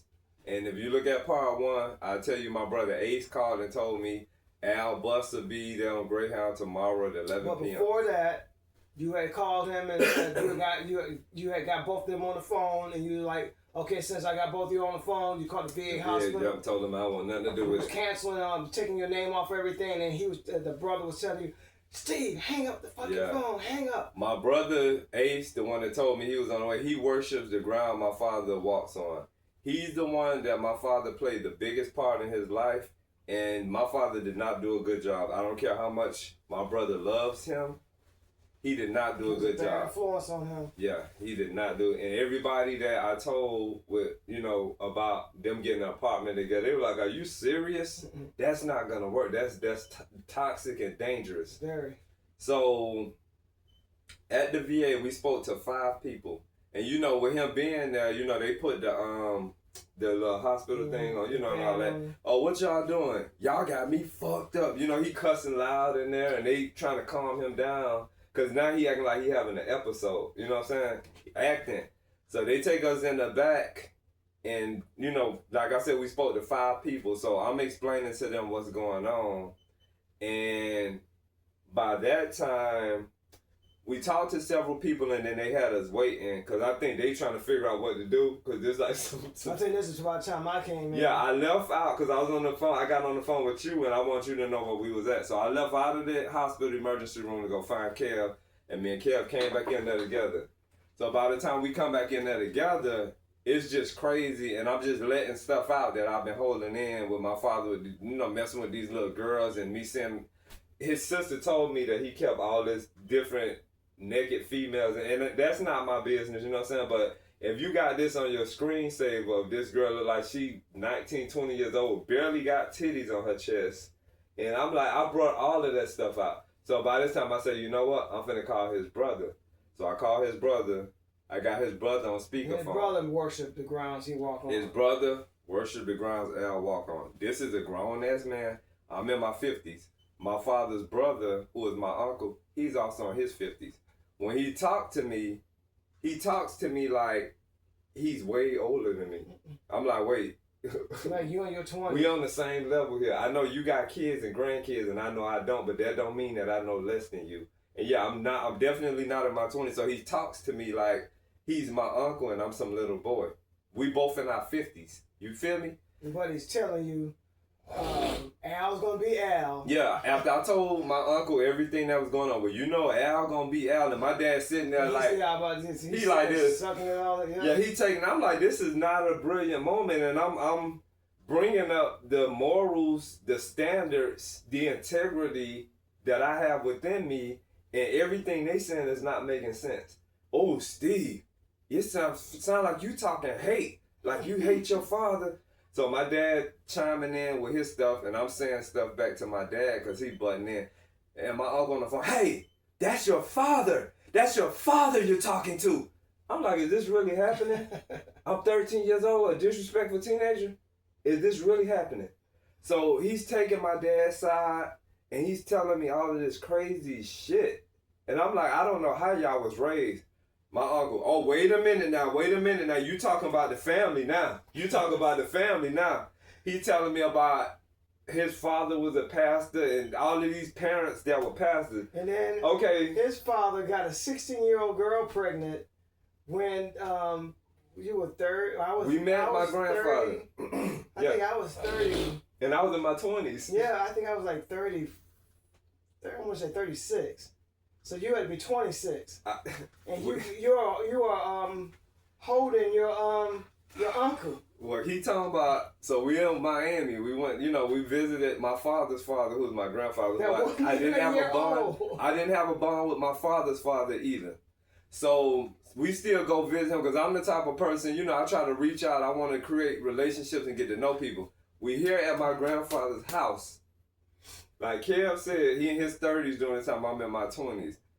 The female that is there that got these, it's like we was in an episode of Color Purple. Because it was a young girl that was this very old man. I have no idea how old he was at that time. I really think he was in his 70s or his 80s. I don't know how old he was. I think he was in his 70s. I really want to say 70s. This girl that was there, she was way younger than me. And she was way younger than... She was 16. I'm the grandchild. And his female is younger than me. Yeah, that girl was 16. However she was super duper young. So she was 15 when she got pregnant. I don't know how they go, but she looked like a teenager. So the kids, the babies I'm holding. I remember her saying she was 16. I'm a grown ass man, y'all. I'm in my 20s. Kevin is 30. I'm holding a baby that's probably like 1 year old. That's my uncle. Not one. He wasn't even quite one. I'm holding this baby, and I'm in my 20s, and this baby that I'm holding is my uncle. These other kids running around as my uncles and my aunties, and their children. And I'm not judging. I'm not being judgmental, but it was just a different feeling. That's like, say somebody out there looking at this podcast, say you 70 years old and you got an uncle that's in their 40s. It's just a different feeling, you know what I'm saying? So if maybe he picked this having a bunch of children thing up from his father, I don't know how that go. But that to me, if you ain't taking care of them and if you doing things to where it's making that child life possibly harder, you're a deadbeat father. You're a disservice to those children. There's no other way to see it. That's a predator. It's crazy. That's a predator. That's a 16. Even if he was, okay, I was 36 let's say he was 50. Let's say he was 54. She was still 16. She was old enough to probably be his grandchild. Yeah. Yeah, so She was still too young for you. You was 26. She was still too young for you to mess with. And that was your grandfather's piece. Crazy. So getting back to the conversation in the VA, my uncle brings up the fact that his father was a pastor, minister, preacher, and telling me about their parents. I want to say he said his mother or my grandmother or something. I'm not repeating him on that verbatim, but he was like, I want to say his mother was a pastor and my granddad. She was a truck driver. Yeah, my father told me that his mother drove tractor trailers, which was something new to me too. So, but yeah, I don't know about. I didn't know about the preacher part. That was a different part. So the thing about him telling me that their parents were pastors and preachers, that doesn't make it good or bad, because that's making it look even worse from what we just talked about with him having children from a child. Mm-hmm. Okay, so that's strike one. Strike two, we had our episode about Christianity in the church. Just because somebody claims themselves to be a pastor, a minister, a preacher, evangelist, a prophet, a prophetess, a messenger, that don't mean that you are a wholesome, good person. You know what I'm saying? You can fall short of the glory just like every other man. That's why we had that episode about Christianity in the church. So him telling me that their parents were pastors and preachers didn't make me look at it more livelier, because everybody know that people that are children of pastors and preachers, they usually say those are the worst children. So that everything he was saying coming up, that's how it's been. Yeah, everything he was saying was not making sense, but they were jumping like double teaming me with their Thompson energy, and it wasn't working. So he was like, "That's your father. He's the reason you exist." So then Al got the nerve to tell me that I need to have kids. So I'm like, wait, I need to have kids so I can not take care of them like you didn't take care of your kids? Like, how can you give me advice to have children when you had kids and you ain't take care of them? What kind of foolishness is this? You don't even know who they are or where they are. And mind y'all, while this going on, that same day when me and him was going at it toe to toe that early that AM, I had not eaten breakfast. I had not eaten lunch. I was just out of it. I was out of it. I was hungry. I was trembling and shaking, and I was on the edge of everything. So me and Al going back and forth because he's saying all of this stuff, and there's other things that took place that I ain't gonna discuss that stuff. But once I started talking about that, his brother like, oh, well, I never heard nothing about that. Oh, but this person didn't tell me that. Still taking up for his brother. So before long, his brother just hung up the phone, and I'm like, hello. He hung up. You know what I'm saying? So that went how that went. I'm gonna tell you this. I got to know the people, and what I seen with my father's side was it was horrible. It was horrible. And there's a part of me that feels like had I not got to know them, it would have been better. Mm-hmm. Because I probably would have had good memories of them all. Like, oh yeah, you got this aunt such and such or this uncle such and such. They did this, that. Maybe that would have been better. You know what I'm saying? Cause I had, even though I'm from Leicester, my oldest brother had experiences with one of my older cousins that wanted to adopt me and Melissa, but we never, because when we moved from New York, I was young, mm-hmm. So we never got a chance to see them again. So when I did see them during little visits, I still didn't quite know who they were. Mm-hmm. So as time went on and they passed away. Sorry to hear that. Yeah, and they passed away. Then I started hearing all the bad things they did with my brother. Because they could have, my brother was 17 years old, living in New York by himself. So to hear all that stuff, that was like, I'm glad I didn't waste my time, my energy trying to know some who they were. Some things are better left undone, and some things are better left unsaid. That's why I'm so proud of him, and he did so much at a young age by himself and with no help. From all the older people, in his 70s, from all the older people in our families, I'm so blessed to have him still in my life, because during the time he was there, that was like the worst times in New York, and he made it through all that. That's wow. But yeah, so when my uncle hung up, we was gonna go look for something to eat. Yeah. And we got in the car driving, and we were talking about all the stuff that was going on. Before we left, yeah, cause me and Kev, like I told you, I hadn't eaten anything that whole day, and then cause you had got off work cause it was a Friday. Yeah. Cause when Kev got off work, Kev came here and all us rode there together, so we needed food and we needed to, put gas in the truck. So we ended up going to get gas. Before we left the VA, I talked to the first doctor that spoke to us, and I told her everything that was going on. And what she told me, because she's looking at it as a mental health situation because of what he done got them to believe about him, which it was nothing wrong with him. What a big act. She gave a personal experience that she had with her brother, and she said, you got to know when to let go. She was like, right now, she said, my brother cannot live with me, such and such, such and such, because she need her peace of mind. She got a function. She got, you got a life to live. So she told me, he's a veteran. You dropped him off at the VA. You did your job. Like, they got it from there. You know what I'm saying? So when she told me that, we got in the vehicle, and we went to go get gas, and we went to go get something to eat, but something inside of me still, because we drove on, she was like, you did your part, they got it from here. And I was like, now, you remember how I was like, nah, I think I need to go back, I need to go back. So we got gas. We didn't get nothing to eat still. Yeah, we got gas, and we got gas, we didn't get nothing to eat, so we wound up turning around going back. So we go back to the VA, go back in that same room where he was waiting. By this time when we got there, the social worker came, and he spoke to my father, and I'm like, damn, I wish I wanted to speak to the social worker, da-da-da-da. So the social worker gave my father this packet of papers, and he's telling me what it is because he wanted to move out. So it's got all of these different places that, where VAs could go and, move in and pay rent and, live their life. So I went through that list, calling places with my father. We went and talked with him for about almost an hour. Yeah.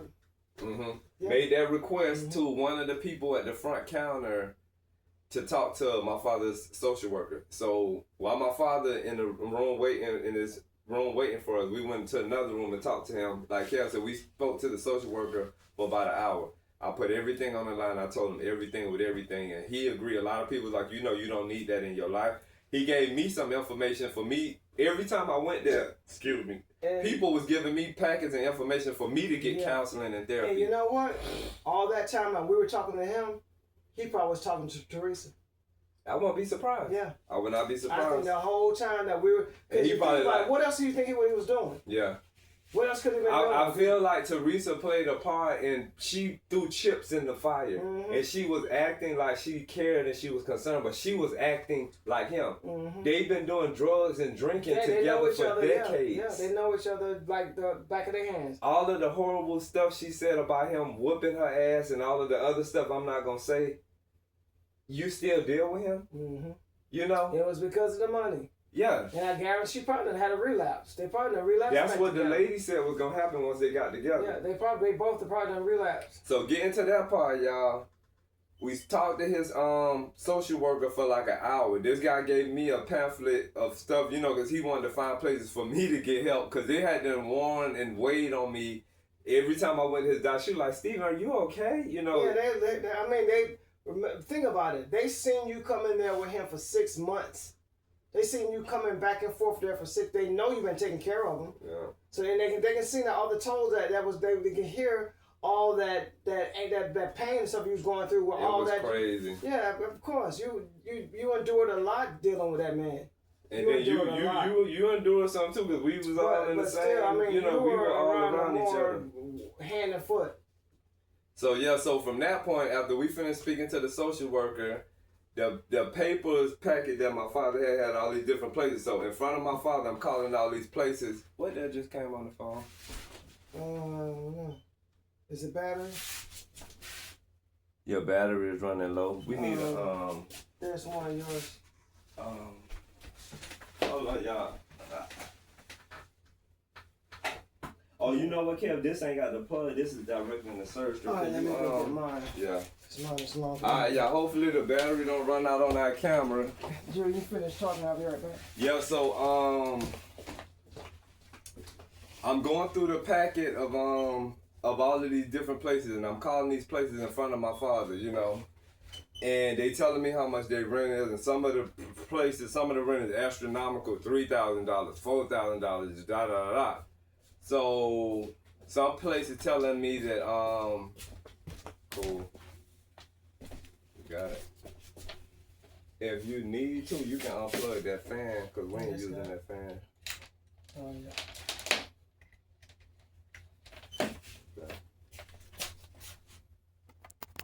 There we go. You'll close that back too. So, yeah. And we'll be done with this soon. So, in case because we ran out of space on part one of this and it just stopped. So, let me see something a little bit. Hold on, y'all. There's a tiny bit. You still in that good? I think it's kind of, the color kind of, That's you good. gotta tilt it. It's not level. I see it. Hold on, y'all. We be real with our stuff. Right there. We gonna be just a little bit more. We gonna be perfect with it one day, y'all. But this, y'all get the realness from us. We don't try to make it perfect. There we go. That'll feel better. Okay, yeah. So call this list of all these places in front of him, and it's a yay, it's a nay, it's a this, it's a that. So find this one place where the rent there was a certain amount. It was over $3,000, right? Yeah. So he's just cussing, acting crazy. I think it was around 4. Yeah. But So the lady, I got her on speakerphone, so she hear my father just, oh, y'all lost y'all motherfucking mind and just talking crazy. So the lady was like, could you put him on the phone? So I said you on speakerphone, so she talking to him and this and that, and she asked him some questions, and she was like, oh well, since you're a veteran, we can give you the scholarship, which is gonna bring his rent down. You know what I'm saying, to $1,000 and something instead of the high amount. Because she was saying, if he passed their assessment and all the evaluation and stuff. All the benefit things they had going, because things like right now, all the other ones that he missed, but Thanksgiving, all the dinners, all the things that they had going, that was She told us a lot of good stuff, and then Kev was like, can we get a virtual video to see how the place looked before we actually, went on with that. So she sent the virtual video, and like Kev said, she said all these different things that they do for the people. And this was specifically a veteran house, a veteran facility residence that housed, I'm going to say addicts. recovered. I want to say recovered, but they're not recovered by addicts and alcoholics. Yeah. I'm going to take the word recovered out of that. Because, they as long as you are alive. They're there to make sure that they don't have any relapse. There you go. Because they're still considered addicts and alcoholics. They make sure that they have no way of getting to any drugs or alcohol. And if they leave the premises walking, somebody's gonna be with them. Mm-hmm. So So what happened from there? He said that he agreed. He was like, yeah, because she spoke to him it was like an hour. He had an orientation that he only had to sit through. We couldn't even be in the orientation. Yeah. So we had to go sit in the car while he sat there and talked with them. Yeah. Before we did all of that part with the orientation at the VA hospital, he was on the phone. It was like over an hour phone call. So she told us how much it was and how to send the money and this and that. So we had to go to the bank. And get something to eat. Yeah, we went to the bank. I Zelled her a partial payment, and then we went to the bank so I can get the cash out. We went to Publix. That's when he did the thing to the young man, this old sympathy face. So got food, and then we headed straight there, from Publix. So we get there. Wait, this is funny too, but it's part of what was going on. So we're talking, driving. And we're talking about everything, and he's just acting like nothing happened. Y'all, he didn't curse you all out, all in the reality started to hit. Yeah, he's acting because he's feeling bold. He's feeling big. That's the big thing about it. He was feeling like he was just a shit. So we pulls up into the damn place. Then where's this? Shriveled up like a bitch. What the hell you thought? What the hell you just asked to go somewhere. You just paid all this money to come here, and now you're trying to, because he wanted to come back to the house. He wanted to come back here with us. See, y'all, I learned, we was playing chess, and I'm going to tell y'all about the part of people that came back to the house. Yeah, we was playing chess, he was playing checkers with plastic pieces. We had big wooden pieces. But, so Kel said, we get to the location, and I think that's when it really hit. Yeah. So we get out. But back again, it's silly. What did you think was going to happen? Then on top of that, he tried to make it seem like you put him there. Yeah.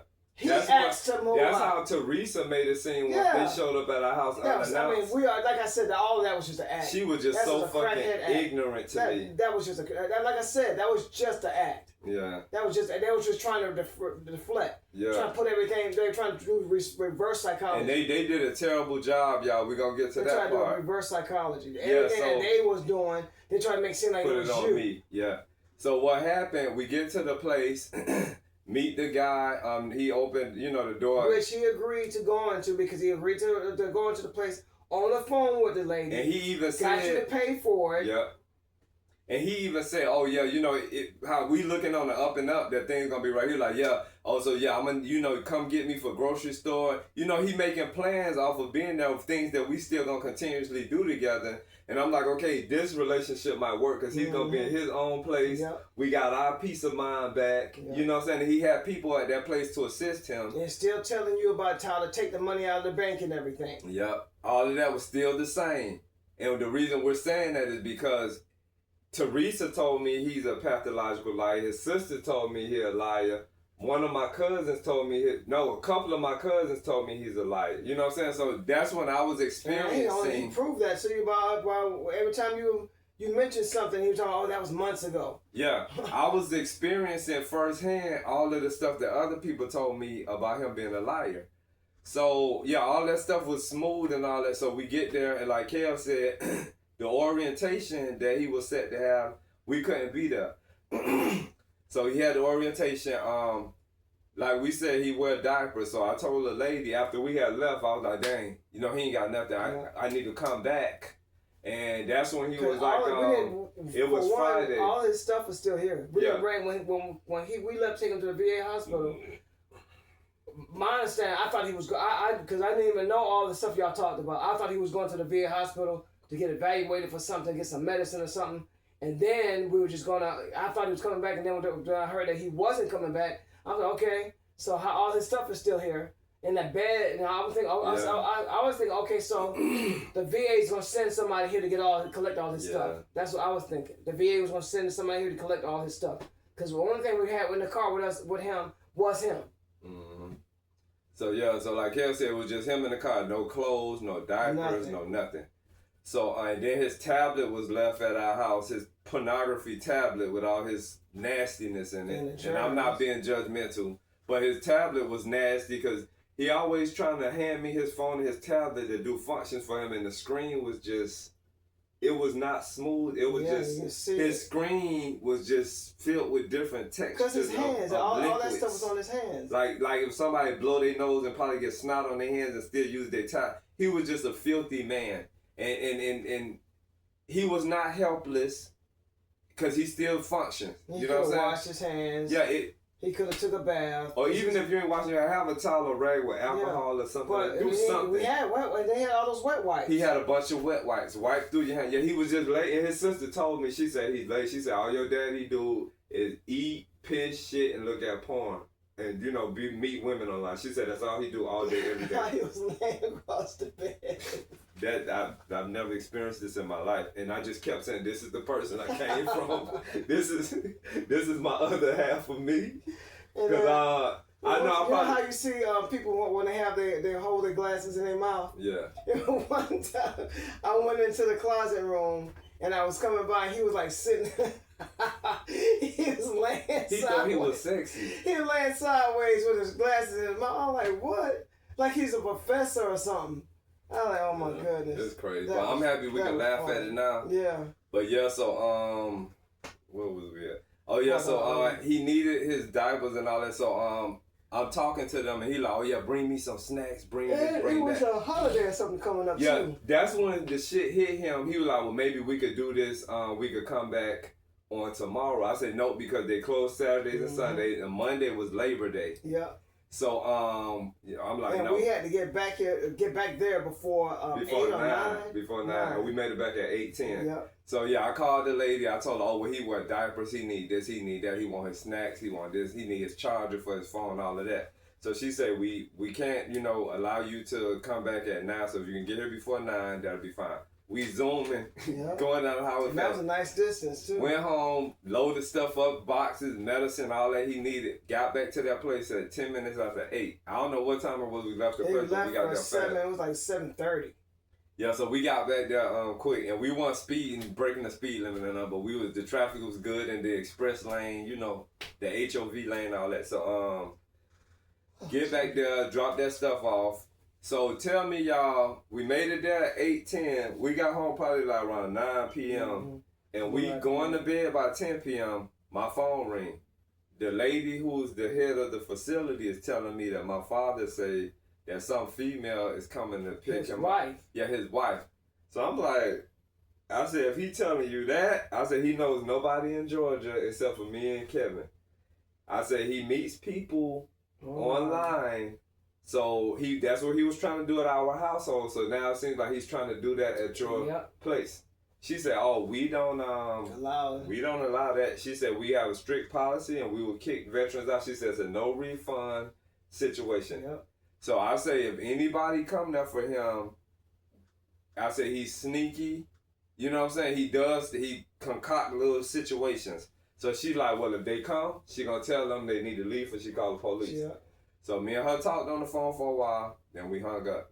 By my father not living with us anymore, that following AM, I'm calling, making my phone calls, because I was his financial help as well. So I'm calling places to get my name removed from this, get it removed from that. So some places that I called, they needed further verification. So she's like, oh, we need your father on the phone, like 3-way, so he can get, Especially when you're trying to get his name off the bank. Yeah, so, I had to fill out a voluntary release form and submit that. And, so this other one that needed him on the phone, I called my father's phone, and I called him 3 times. I didn't get no answer. So I called the office of the place where he was standing. I told the lady that I'm trying to get in contact with Al, da-da-da-da. So I could hear her calling around for him, and then she was like, oh, he has a phone call, come to the phone. And next thing you know, I hear after, I was on hold for a while for her trying to get in contact with him. About 30 minutes. You're like, what's taking so long? Before that, I was on hold for a while she was trying to find him. So then I hear her say, what? Like she said it in a really exclamation voice. It was really just strong, and I felt a bunch of different emotions in her tone. And I'm like, well, what happened? This and that. She told me, hold on for a minute. And like you said, we was on hold probably for as long as 30 minutes. And I'm thinking, they found him dead. Yeah. I'm thinking all kind of crazy thoughts going through my head while we on hold waiting. So she get back to the phone. Honestly, that's the first thing I thought. I was like, wow, maybe he had a heart attack because, I knew he didn't took too much medication or got a hold of some drugs or alcohol. I know he didn't want to go. After how he acted when we got there, I was like, damn, was it that serious? Yeah. Like, yeah. So while we on hold, it's just palms sweaty, don't know what to think. So thinking everything. So she come back to the phone. She was like, I'm looking at, because they had cameras all over the place. She said, your dad left with some big man and some woman. She was like, some woman with red hair. Do you know anybody? I'm like, I have no idea who that can be. Then you went through another thing. Because then we thinking that he then got snapped. We taking that as a kidnapping. We told him about how people in Atlanta are, if you meet them online and you try to get up with them, anything can happen. And that's what we thought somebody, because we were thinking about, what's that movie was called? Taken. No, well, not Taken, but it's almost like that. But how they did the OP, what's the name from the Cosby Show? Lisa Bonet? The mother. Oh, you talking about Falling from Grace? Falling from Grace. It's this movie y'all called Falling from Grace with Felicia Rashad. So we thinking, because we seen that movie, so we thinking it's like a situation and then we even thought the place where he was staying at, we thought that they had to pull the wool over our eyes and they was doing something, just all kind of thoughts, like I said.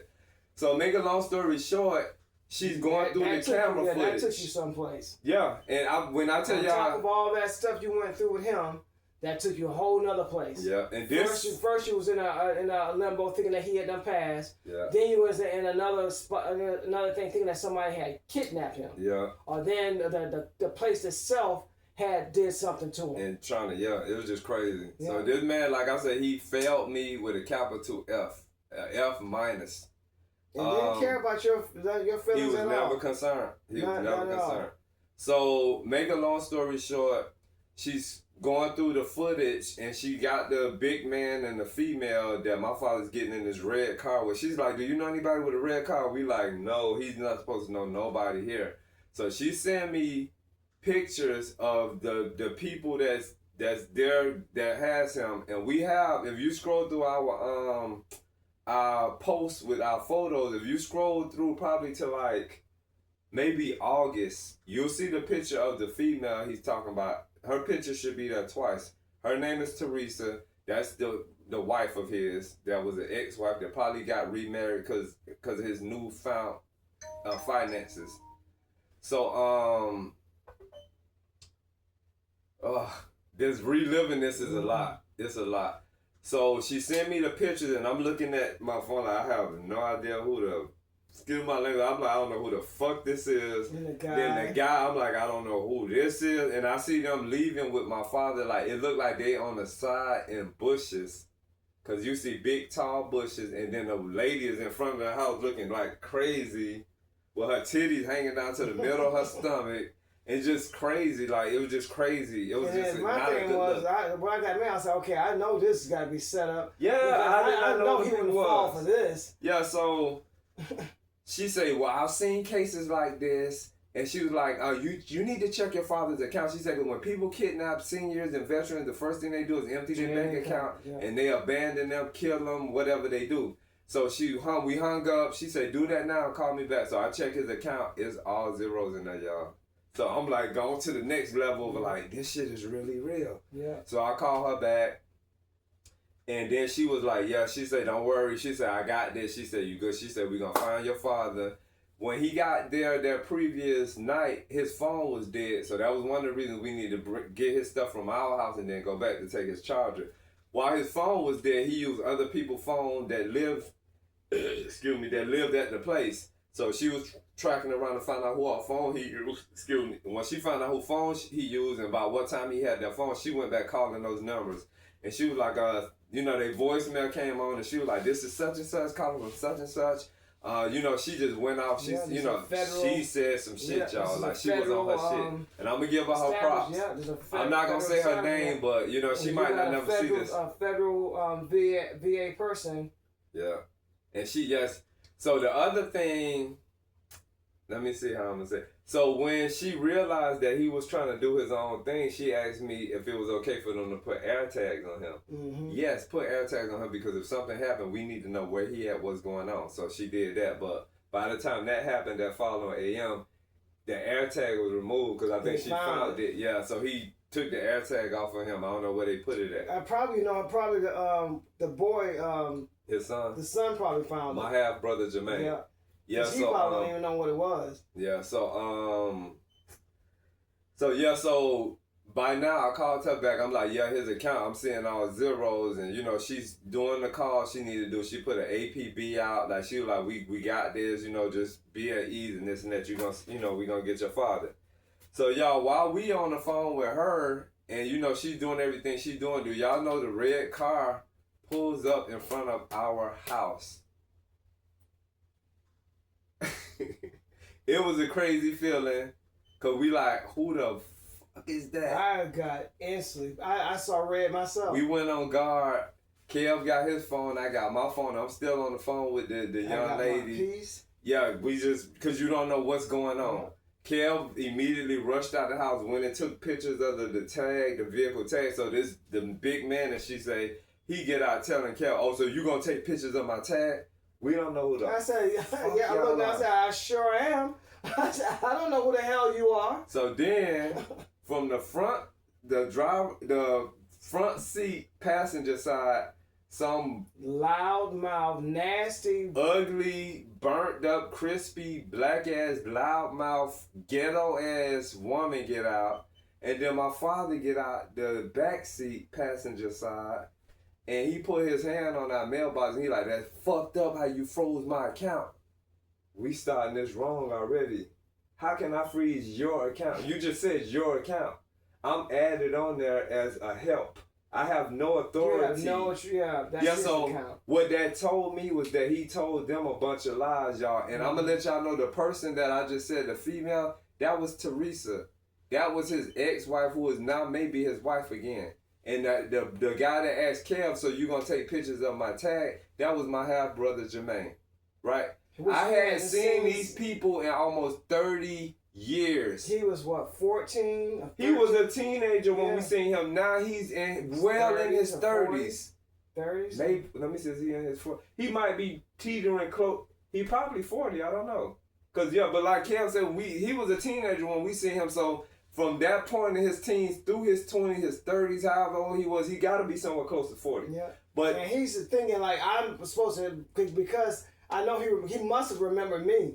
The guy, I didn't remember him. Yeah, they just, when I tell y'all we ain't know who they was. Well, I saw red because I was like, whoever the hell this is coming here with your dad. And then this loud, nasty So mouth. that was the thing, because we didn't even know who the female was. So when she started talking, Kevin said, Teresa? Because we have been talking to Teresa on the phone from 6 months. when my father got locked up for those 3 months, that's when Teresa schooled me on my daddy from the Rudy to the Tootie. She told me everything about Al, everything under the sun.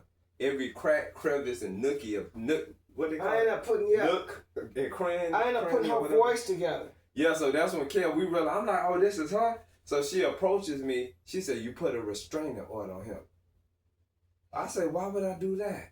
He had to tell them all these lies. Well, she's not now on top of that. Still, that was a game. She was deflecting. Yeah, that was still a I said, game. no, I didn't put a restraining order. She didn't believe any of that shit. Because you're going to tell how she was standing looking out in space and doing all this.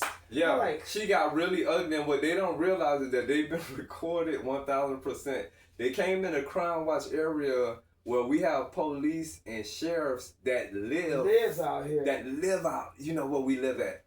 Our neighbors. And it was still embarrassing to have to call the cops. Yeah. In this quiet neighborhood. Because what happened in this quiet neighborhood, everybody got cameras. The whole neighborhood is cameraed out. About 10 cameras. Yeah, our closest neighbor got like 12 cameras just pointing in every direction. So they don't know that it's footage like they would not believe. You know what I'm saying? Not to mention our 3 cameras. Yeah, not to mention what we got going. So it's just, and then like I said, it's police and sheriffs in the area. So it's like, it was just foolish for them, first of all, to pop up unannounced when Teresa got my number, Al got my number. Y'all could have called and said that y'all was on the way. Mm-hmm. When they show up unannounced, I'm trying to get them strong eye contact. It was disrespectful, yeah, and it was unorganized. It was childish. It was immature. It was thoughtless. And you're talking about old people. Yeah, talking about they supposed to be setting an example for us younger people. So once we realized it's Teresa, I'm trying to get them strong eye contact. I say, well, what's going on? And then next she gonna say, throwing him in some place or something. She said, him in a hole. Yeah. So I'm like, I said, well, what's going on? So next thing you know, it went from that level. Because when I called the police, I didn't know who it was. So I was nice enough once we realized who it was. I called the police to tell them to cancel the police coming because, we figured out who the people were that was in front of our house because it was finna get ugly. No, I called them again. They came anyway. The cops came. We talked to them. You probably forgot. No, I remember talking to him after they left. Yeah. Because, let me tell you what happened. She said she was coming back. Oh. She was this big, bold, bad bitch that called me talking about, y'all forgot to give him such and such, so we will be back. What happened, y'all, when they left? Teresa like, we stopped by the police department. Somebody going to jail. I'm like, she's saying it with excitement in her voice. Talking about, now I'm the person, like he didn't accuse all these other people stealing money from him. Now I'm that person. Like Church Record said, I'm the motherfucker. Mm-hmm. But so she's on the phone excited, like something good is going on. And this is why we got that one episode that say women should not be leaders. Because they let this female lead them. When she showed up at our house with my half-brother and my dad, they were standing behind the energy of a female, of a woman. And she did everything wrong. Yeah, she did. She did all the talking. What I thought women were supposed to be, and I told her this, I said, I expected understanding and tenderness from you. I thought you were supposed to mend it and make it right. And be a nurturer or something. Nurturing, caring, warm, soft, gentle. She came to our house like a fucking nigga. I don't use that word like that, but she hitting her hands like this. She came to our house like a nigga. Like when we say that, we talking about a man like a street. A hood ass nigga. And I don't use that word, but that's how she was acting. And she had the flow, and she just did too much. Then after they did they little hoopling and hollering, go get his shoes, go get his eyeglasses. He can't come in y'all house. That's right. Like she was just all over the place. I did that I got everything. I was grabbing them because I didn't want them in the house. Yeah, he wasn't coming in. Yeah. So he coming and he gonna bam on the steps, talking about go get it. I'm like, they showing the fuck out. Mm-hmm. And I didn't want the neighborhood. I didn't want them to be in our neighborhood that long. We wanted it to be quick and smooth. Everything that he needed so he can get the hell on. Because we call that, in our community, for the Anglos that don't know, we call that nigga shit. That was a bunch of nigga shit. That's what it was. When they did their little show, my son has to be at drill. We need to leave. Y'all knew. She just felt like she was cute.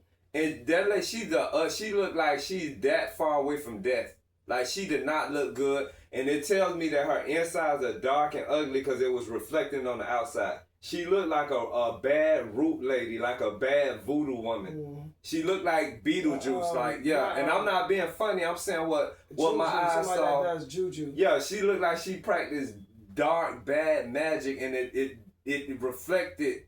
What do they call it? It ricocheted back to her. Backfired. Yeah, it backfired back to her. That's how she looked. Like she didn't try to put bad spells on people, and it backfired on her.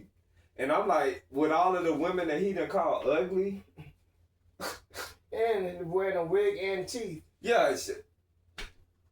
Nothing wrong with people wearing wigs. Ain't nothing wrong with wigs and teeth, but yeah. But oof, to be ugly. It was a lot. It was a lot. To be that ugly to people, especially somebody you hadn't seen in over 20 years. It was a lot, y'all. And just made this big scene and accused me of things, and then was big and bad enough to say, we forgot something. The reason, if anything was forgotten, is because y'all popped up at our house unannounced, and then there was negative energy took place. How the hell are we gonna think strategical and organizably when y'all got this? Yeah, we trying to get y'all out. The hell out of here. You know, because all it took was for one of our neighbors or police or whatever to see a scene or somebody to call or say something different happening at that location, and you know. So yeah, we got them gone. They got on the road, and I was just surprised by the fact that he sent me threatening text messages talking about, I'm gonna get your ass locked up in the name of Jesus. I'm like, whoa, this Christianity 101, this is some real shit right here. He sent me all of these bad text messages. I'm like, wait, pause.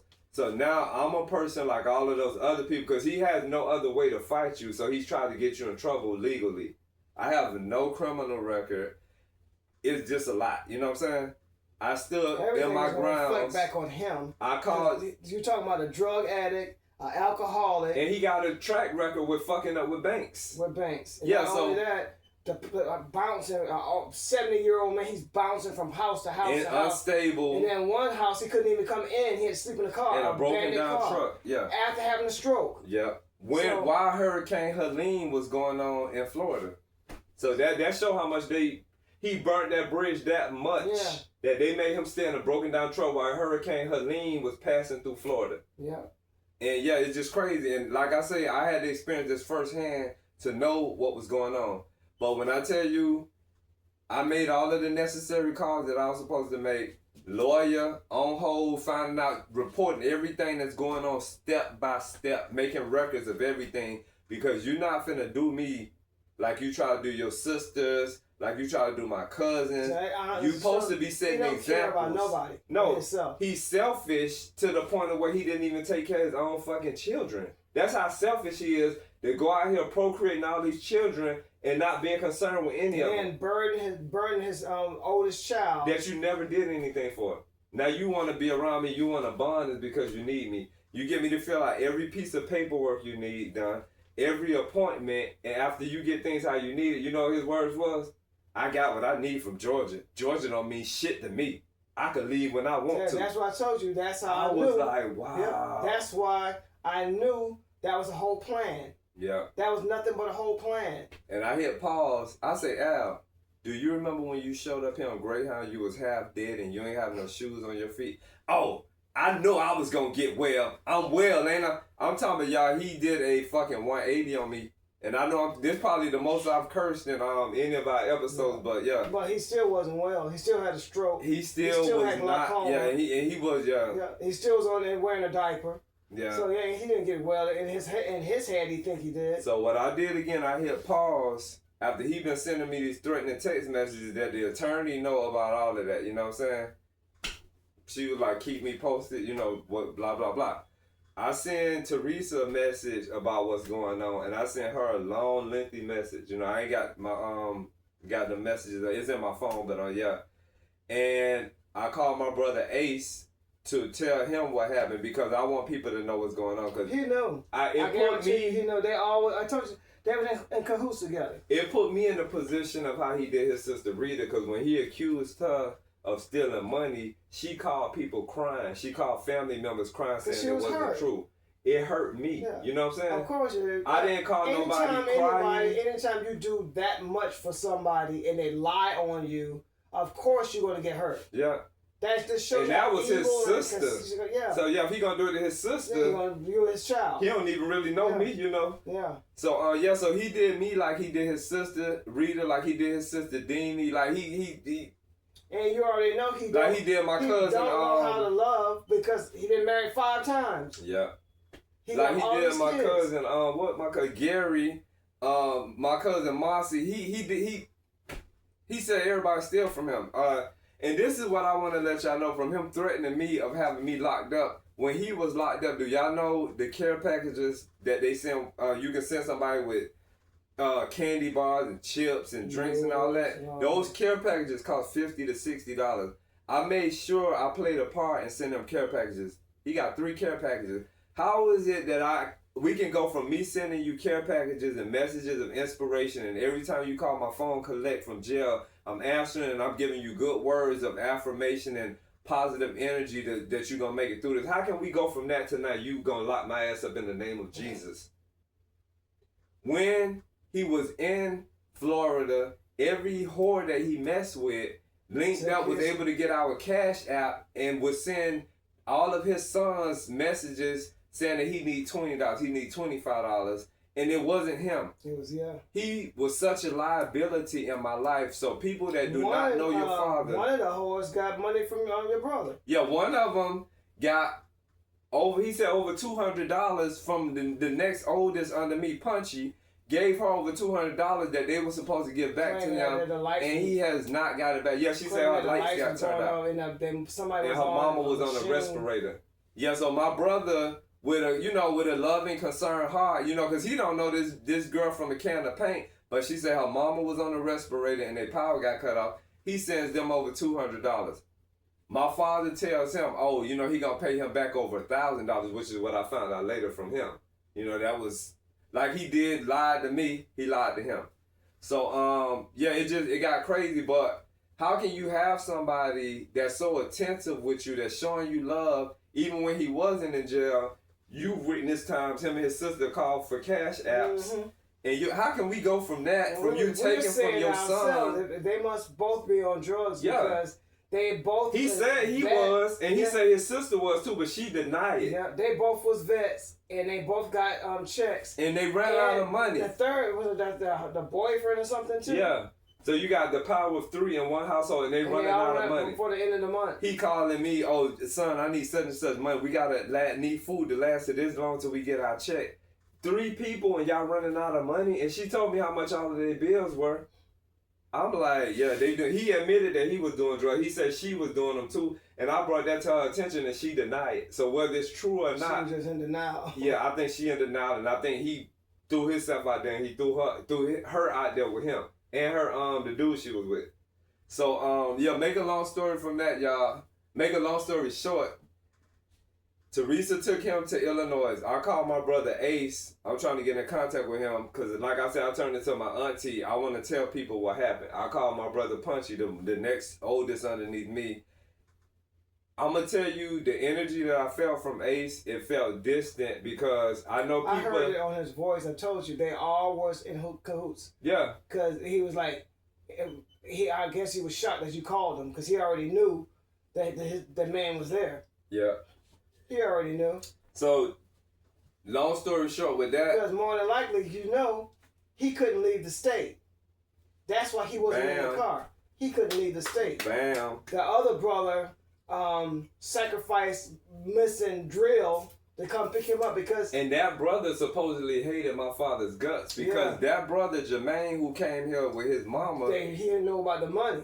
they know about the money. That's the only reason why he did it. But when Jermaine was a crossing guard in school, when you wear your orange badge, he witnessed my dad pass by his crossing guard post with a female in the car that was not his mother. My dad was having another relationship. I brought that to my dad's attention during the time he was with us. Once again, my dad denied that. He said that wasn't him. That's not true. That's a lie. Next thing you know, it was him, but that was a cousin of my brother and them on their mom's side. So I'm like, wait, he just told me two different things. So that's when I was picking up on the fact that he was a liar. Story of something, they lying. So I believe Jermaine, because I don't think a child is going to lie about something like that. And he told it to his mama. And when I tell you, me and Kev used to spend hours on the phone with Teresa, and she spilled her heart out about so many things that she been through with my father. And I'm like, you came to pick him up? Y'all took him back to Illinois from Atlanta? And they rolled in that car with all that nasty coughing and nose blowing and dirty hands. Touching everything.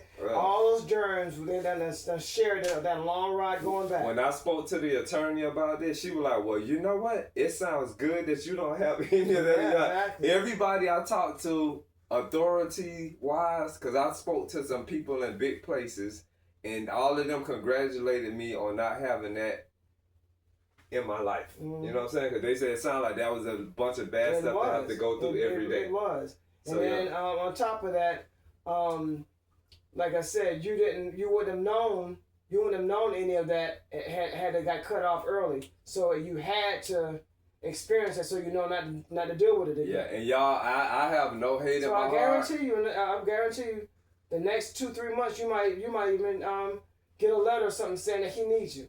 Yeah, I have no hate in my heart, y'all. Whatever his life becomes of, it can become that. But like for my entire life, like I told y'all, I had no connection with this man. He never did anything for me. He moved in with me while I'm in my 50s. I done lived a long life. You know what I'm saying? 50 ain't old, but it ain't, that's a lifetime.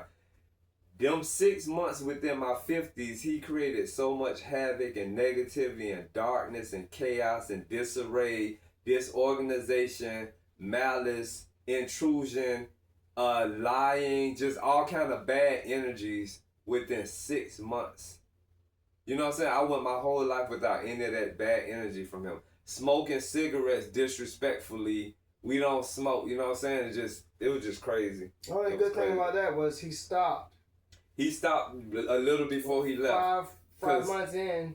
He was spending money like crazy. And it's like his mind didn't logically think it through everything. He was smoking over a pack of cigarettes a night. And them cigarettes are $10 a pop. And I brought that to him. There's more than that because they was on sale during that time. I was like, do you know every time you want to go get cigarettes, I say by the time you done did that 10 times, because it's 7 days in a week.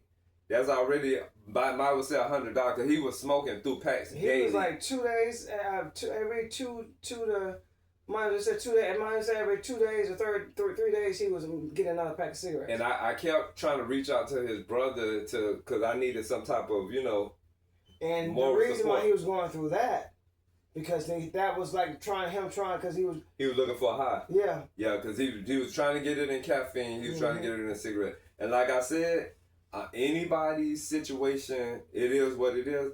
I don't have a lot of sympathy for drug addicts and alcoholics because all of us that live this life is all decision based. Tomorrow, somebody looking at this, you can decide to just become an alcoholic or drug addict. You can start partying or hanging with the wrong people or making bad decisions, and you can make yourself a drug addict or alcoholic or a whoremonger or whatever. Or you can say, you know what, I'm gonna live a upright, righteous life and be as upright as I can. It's our decisions on how our lives turn out. You know what I'm saying?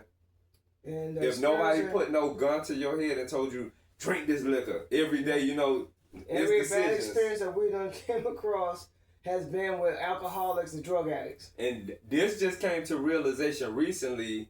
The majority of the people that me and Kev have helped since we've been together, a team.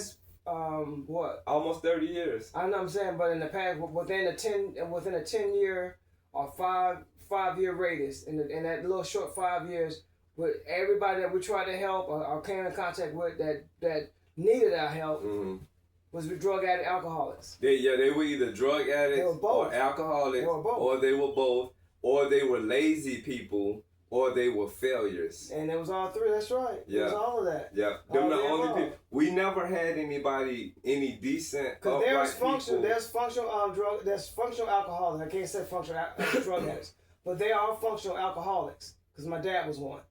But these people were just lazy, nasty, filthy, and they was tricksters, and they put on these airs, these fake fronts to get your sympathy, and that's what all the people that we're talking about. That were the people that and they were all over the age of 21. So that just was a recent epiphany / revelation when we start talking about people that we have helped a lot of people, y'all, in almost 30 years. We helped a lot of people, but we looked at these people as people, looked at their heart, and whatever acting they were doing, we went along with it. But and this is after this happened, 5-year period. Yeah, that we came across. Since we've been back from the West Coast, we came across these garbage can people, and it's after COVID. So I think that also played a part of us looking past what we should have seen, and when the first one was tricky because we were in a situation where out of love and didn't want to separate from our pets, and they play this, and then we gonna have an episode about that too. We got so much stuff coming up. Because we looked at one, it was a female, even though it was a stud, it was a female, and it was African American, and it was old. Yeah. And we actually thought it was older than it was said it was. Yeah. Because a lot of women ain't going to tell you that episode is going to educate a lot of people, too, when it comes to renting from somebody. And also about trying to help people that's on drugs and alcohol. Yeah. Because you can lose yourself trying to help somebody. And they'll put you in a bad space and cost you more, like for us, it costs us more. And thank goodness for having, a lot of people say bad things about having legalship, but they don't know the good things that we've had with the experience of having them on our side. Because a lot of these situations, if it weren't for us calling them to get advice, they helped us out with just giving us advice, good advice, if not legal advice, if not legal actions. Or coming through with action, Yeah, so, And, you pay what you pay, and then, depending on what it is, you may have to, pay more. It depends on, but it's well worth it. And it's well worth the have because these last three people that we came in contact with could have cost us thousands, could have cost us our freedom. Yeah, y'all, you gotta be careful who you help because sometimes you might be helping somebody. And it could have cost somebody's life because it came to the point where when they pulled up in front of the house.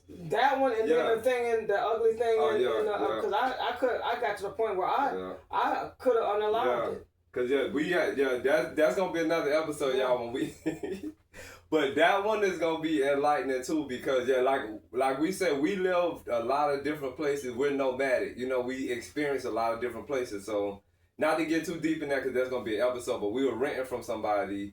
That later we found out that person, it was a female too, because I usually give females the stage. I give them more than they deserve, and we found out later that this person was a drug addict that we was renting from, and it was a hard lesbian stud.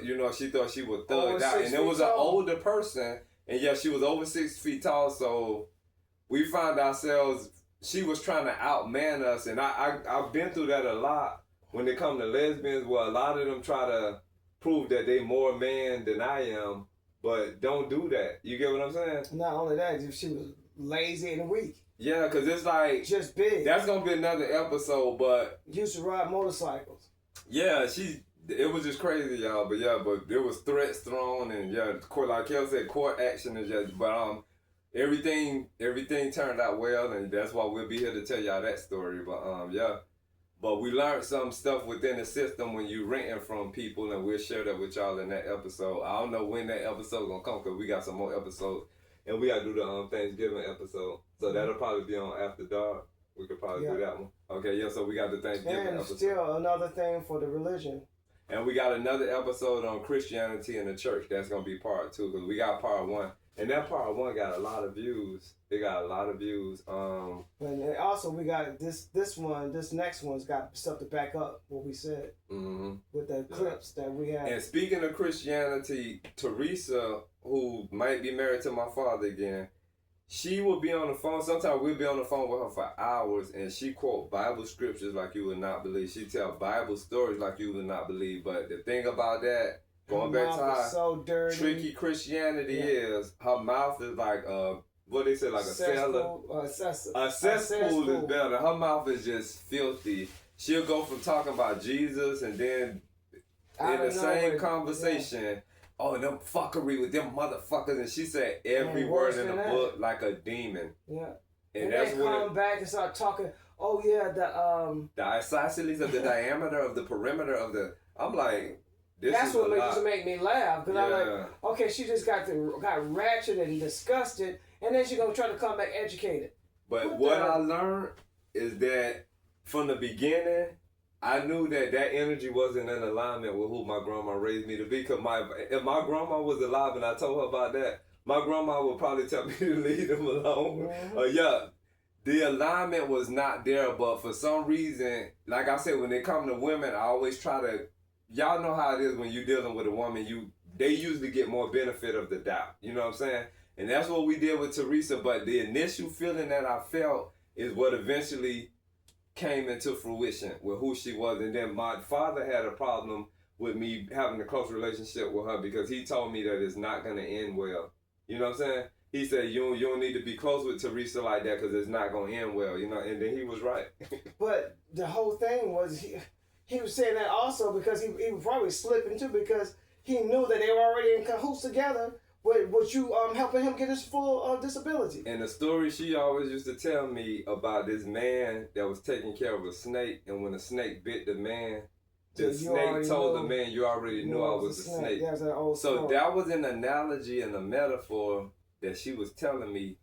Like she was already, she's a snake. Al was a snake. Both of them are snakes. Yeah, they both snakes. And when she was in our front yard, and I'm trying to find out what's going on, this ran its course. I told you that last year. Wait, no, last year we were not talking like that. What are you saying? You get what I'm saying? Mm-hmm. But be careful who y'all help. And if it's people like that that have never met your father or your mother and don't have a relationship with them, like I say, some things are better left undone. Some things are better left unsaid. Sometimes if you're that curious, you have to experience. You gotta open Pandora's box. But you gotta understand that you might be opening you might be opening up yourself to a lot of hurt. Can of worms, as they say. But it can go either way. It can be beneficial or it can be disastrous. And the way I feel right now, like I said, I have no hatred in my heart towards him. That's because of how your grandmother raised you. Yeah, but if me and him never speak again, because I made it to my 50s without him, I can make it to my 100s. You know what I'm saying? So yeah, that's the way I feel. There's no connection there.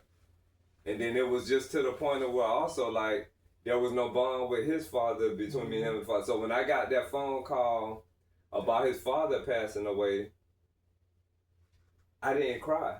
Me and the person that was on the phone, we didn't cry. We was all like, oh, dang, Yeah, you didn't know him. Yeah, it's just, But I appreciate y'all tuning in, and hopefully, we ain't say everything that could have been said, but we got the majority of it documented in this video, and let me see if anything else. Because as soon as we end the video, I'll be like, oh, I forgot such and such. But you're sharing this to help other people. It's a form of help and enlightenment. Yeah, other people that might be going through the same thing or have the same situation, and to enlighten people on fathers and bad fathers. Yeah, and then what it is, it's an inner child, and that's like, say some people ain't have a relationship with their mom or their father. You want to fill that void, you know what I'm saying? But in my experience, that void got filled with a bunch of bad stuff, and I had to resurface. I had to remove that the experience is gonna be with me because it's something I went through, but it doesn't control me and it doesn't dictate me. That's why I've been so easily to talk about it, and y'all ain't see me shed one and tear. make you appreciate Yeah. the life that you had without him. Yeah. Yeah, exactly. And y'all didn't see me shed one tear. Y'all didn't see me get angry. Y'all probably heard me say a little more curse words, but yeah, it was just out of a strong expression. Experiencing something like it's gonna change you. It's gonna ruffle you up. So it's gonna make you look at life a little better than you did before, because you know everything is not what it seems. Yeah. But yeah, this was real. Like, share, subscribe, and comment. And hit that bell. What he said. And Deadbeat father down the shitter. Thanks for all the cash apps and donations. Yeah. Thanks for all the subscriptions. The comments, the likes, the shares. And when we get that super thanks, y'all welcome to send them super thanks. You know what I'm saying? We be like, yeah, we'll take it. And again, thanks for the donations and cash apps. Yeah. Love you guys, and thanks for staying tuned with us, and continue to follow, share, and subscribe. Yup, what he said. And yeah. And it's been now over 2 months since my father's been gone, y'all. When I tell y'all, my body felt like it felt like I came back to myself. When I got the last article and gave to them, it was a relief. Yeah. Because I knew he wasn't coming back, and I knew the dogs was gonna not be barking every day anymore. And it's like for her to when we talked again on the phone, talking about, oh, you forgot such and such, we will be back. I was like, you this big and bad? Like, they let the woman was like she was the man, and my father and my brother was like they were the women standing behind her. Like, I was like... And then they was getting confused with your kindness, because they don't know the other side. They don't know, you push anybody too far, you know what I'm saying? It's a Tasmanian devil in there. Got a nice side, they got a bad side as well. Just like everybody bad, you got a nice side. But for whatever he think he benefited from, there's a universal balance. I don't care if you Christian, Muslim, Jewish, Catholic, whatever religion or whoever you claim. Karma comes back on everybody. You got over on me, but you got over on yourself because you did yourself wrong. You know what I'm saying? You did a disservice to yourself. I hope he see all three of these, and I hope somebody that knows him sees them and tells them what I say. You know what I'm saying? Because I stand the realness. I don't claim no religion. I don't claim none of all that stuff. I'm a spiritual being. You know, I'm partaking human experiences. You know what I'm saying? So yeah. But we thank y'all for tuning into our show. The name of this song that we going out on, once again, is called Unstoppable. Check us out. Like, share, subscribe, comment, ring the bell, all that good stuff. We'll see y'all same time, same place. Peace out. Peace.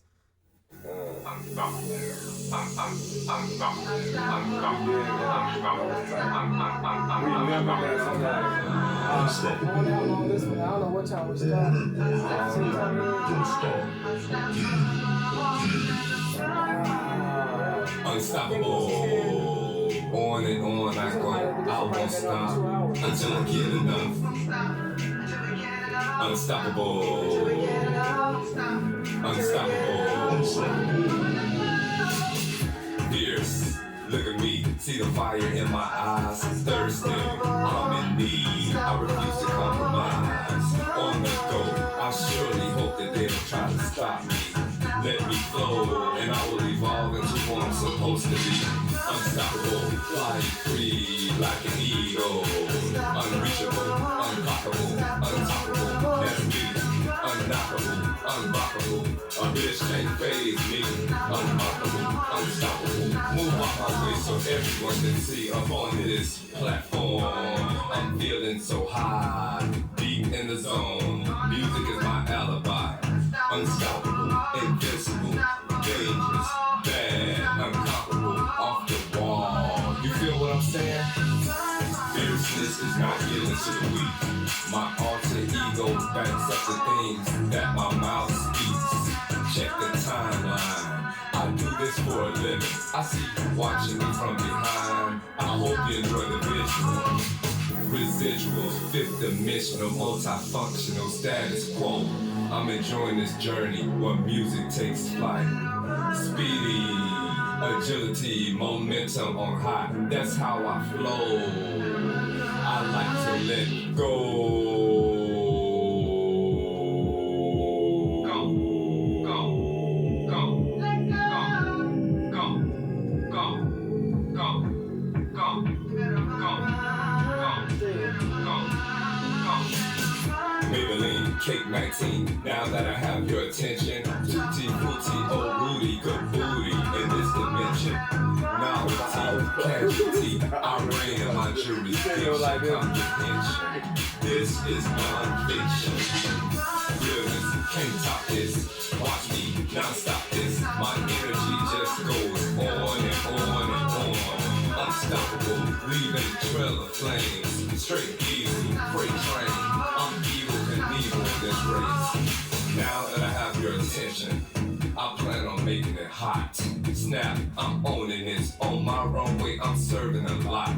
Irregularity, shape-shifting, eccentric, unstoppable. This is where I exit. And this is what I want to say, y'all, before we end this, because there's always stuff that comes to my mind. So when Teresa, my father, and my half-brother Jermaine popped up at our house unannounced, I'm on the phone with the lady from where we have moved my father to. So I'm letting her know that I know who this is. Do y'all know Teresa cussing this lady out who she never met? Talking about, oh, she was a real motherfucking woman, you know, this and that, this and that. She's a real bitch. So the lady on the phone saying, because you know it's female, so the lady on the phone saying what she need to say back to Teresa. So Teresa, my dad called himself wanting to lock me up, and Teresa wanted to get the female locked up. And guess why she wanted to get the female locked up, y'all? Because she talking about the female made it accessible. She's saying that they were able to take him from the housing because the female wasn't doing her job, which is a female that's not holding accountability for doing some wrong shit. You know what I'm saying? Stupid. She went there, you know, and picked him up and left. So technically, the lady at the place, she labeled that as a kidnapping. Mm-hmm. You know what I'm saying? So Teresa trying to put it on her. She cussed this lady out. And I told her, I said, you know what, I'm so sorry. I told her, you know, let's hang up the phone. Because, you know, this ugly-ass woman talking crazy to, you know, with whatever she got going. But anyway, y'all, that was something that popped in my head while, you know. Like, share, subscribe, and comment. And we appreciate y'all. Hit that notification bell. Yeah. Ding. Peace out. Ding.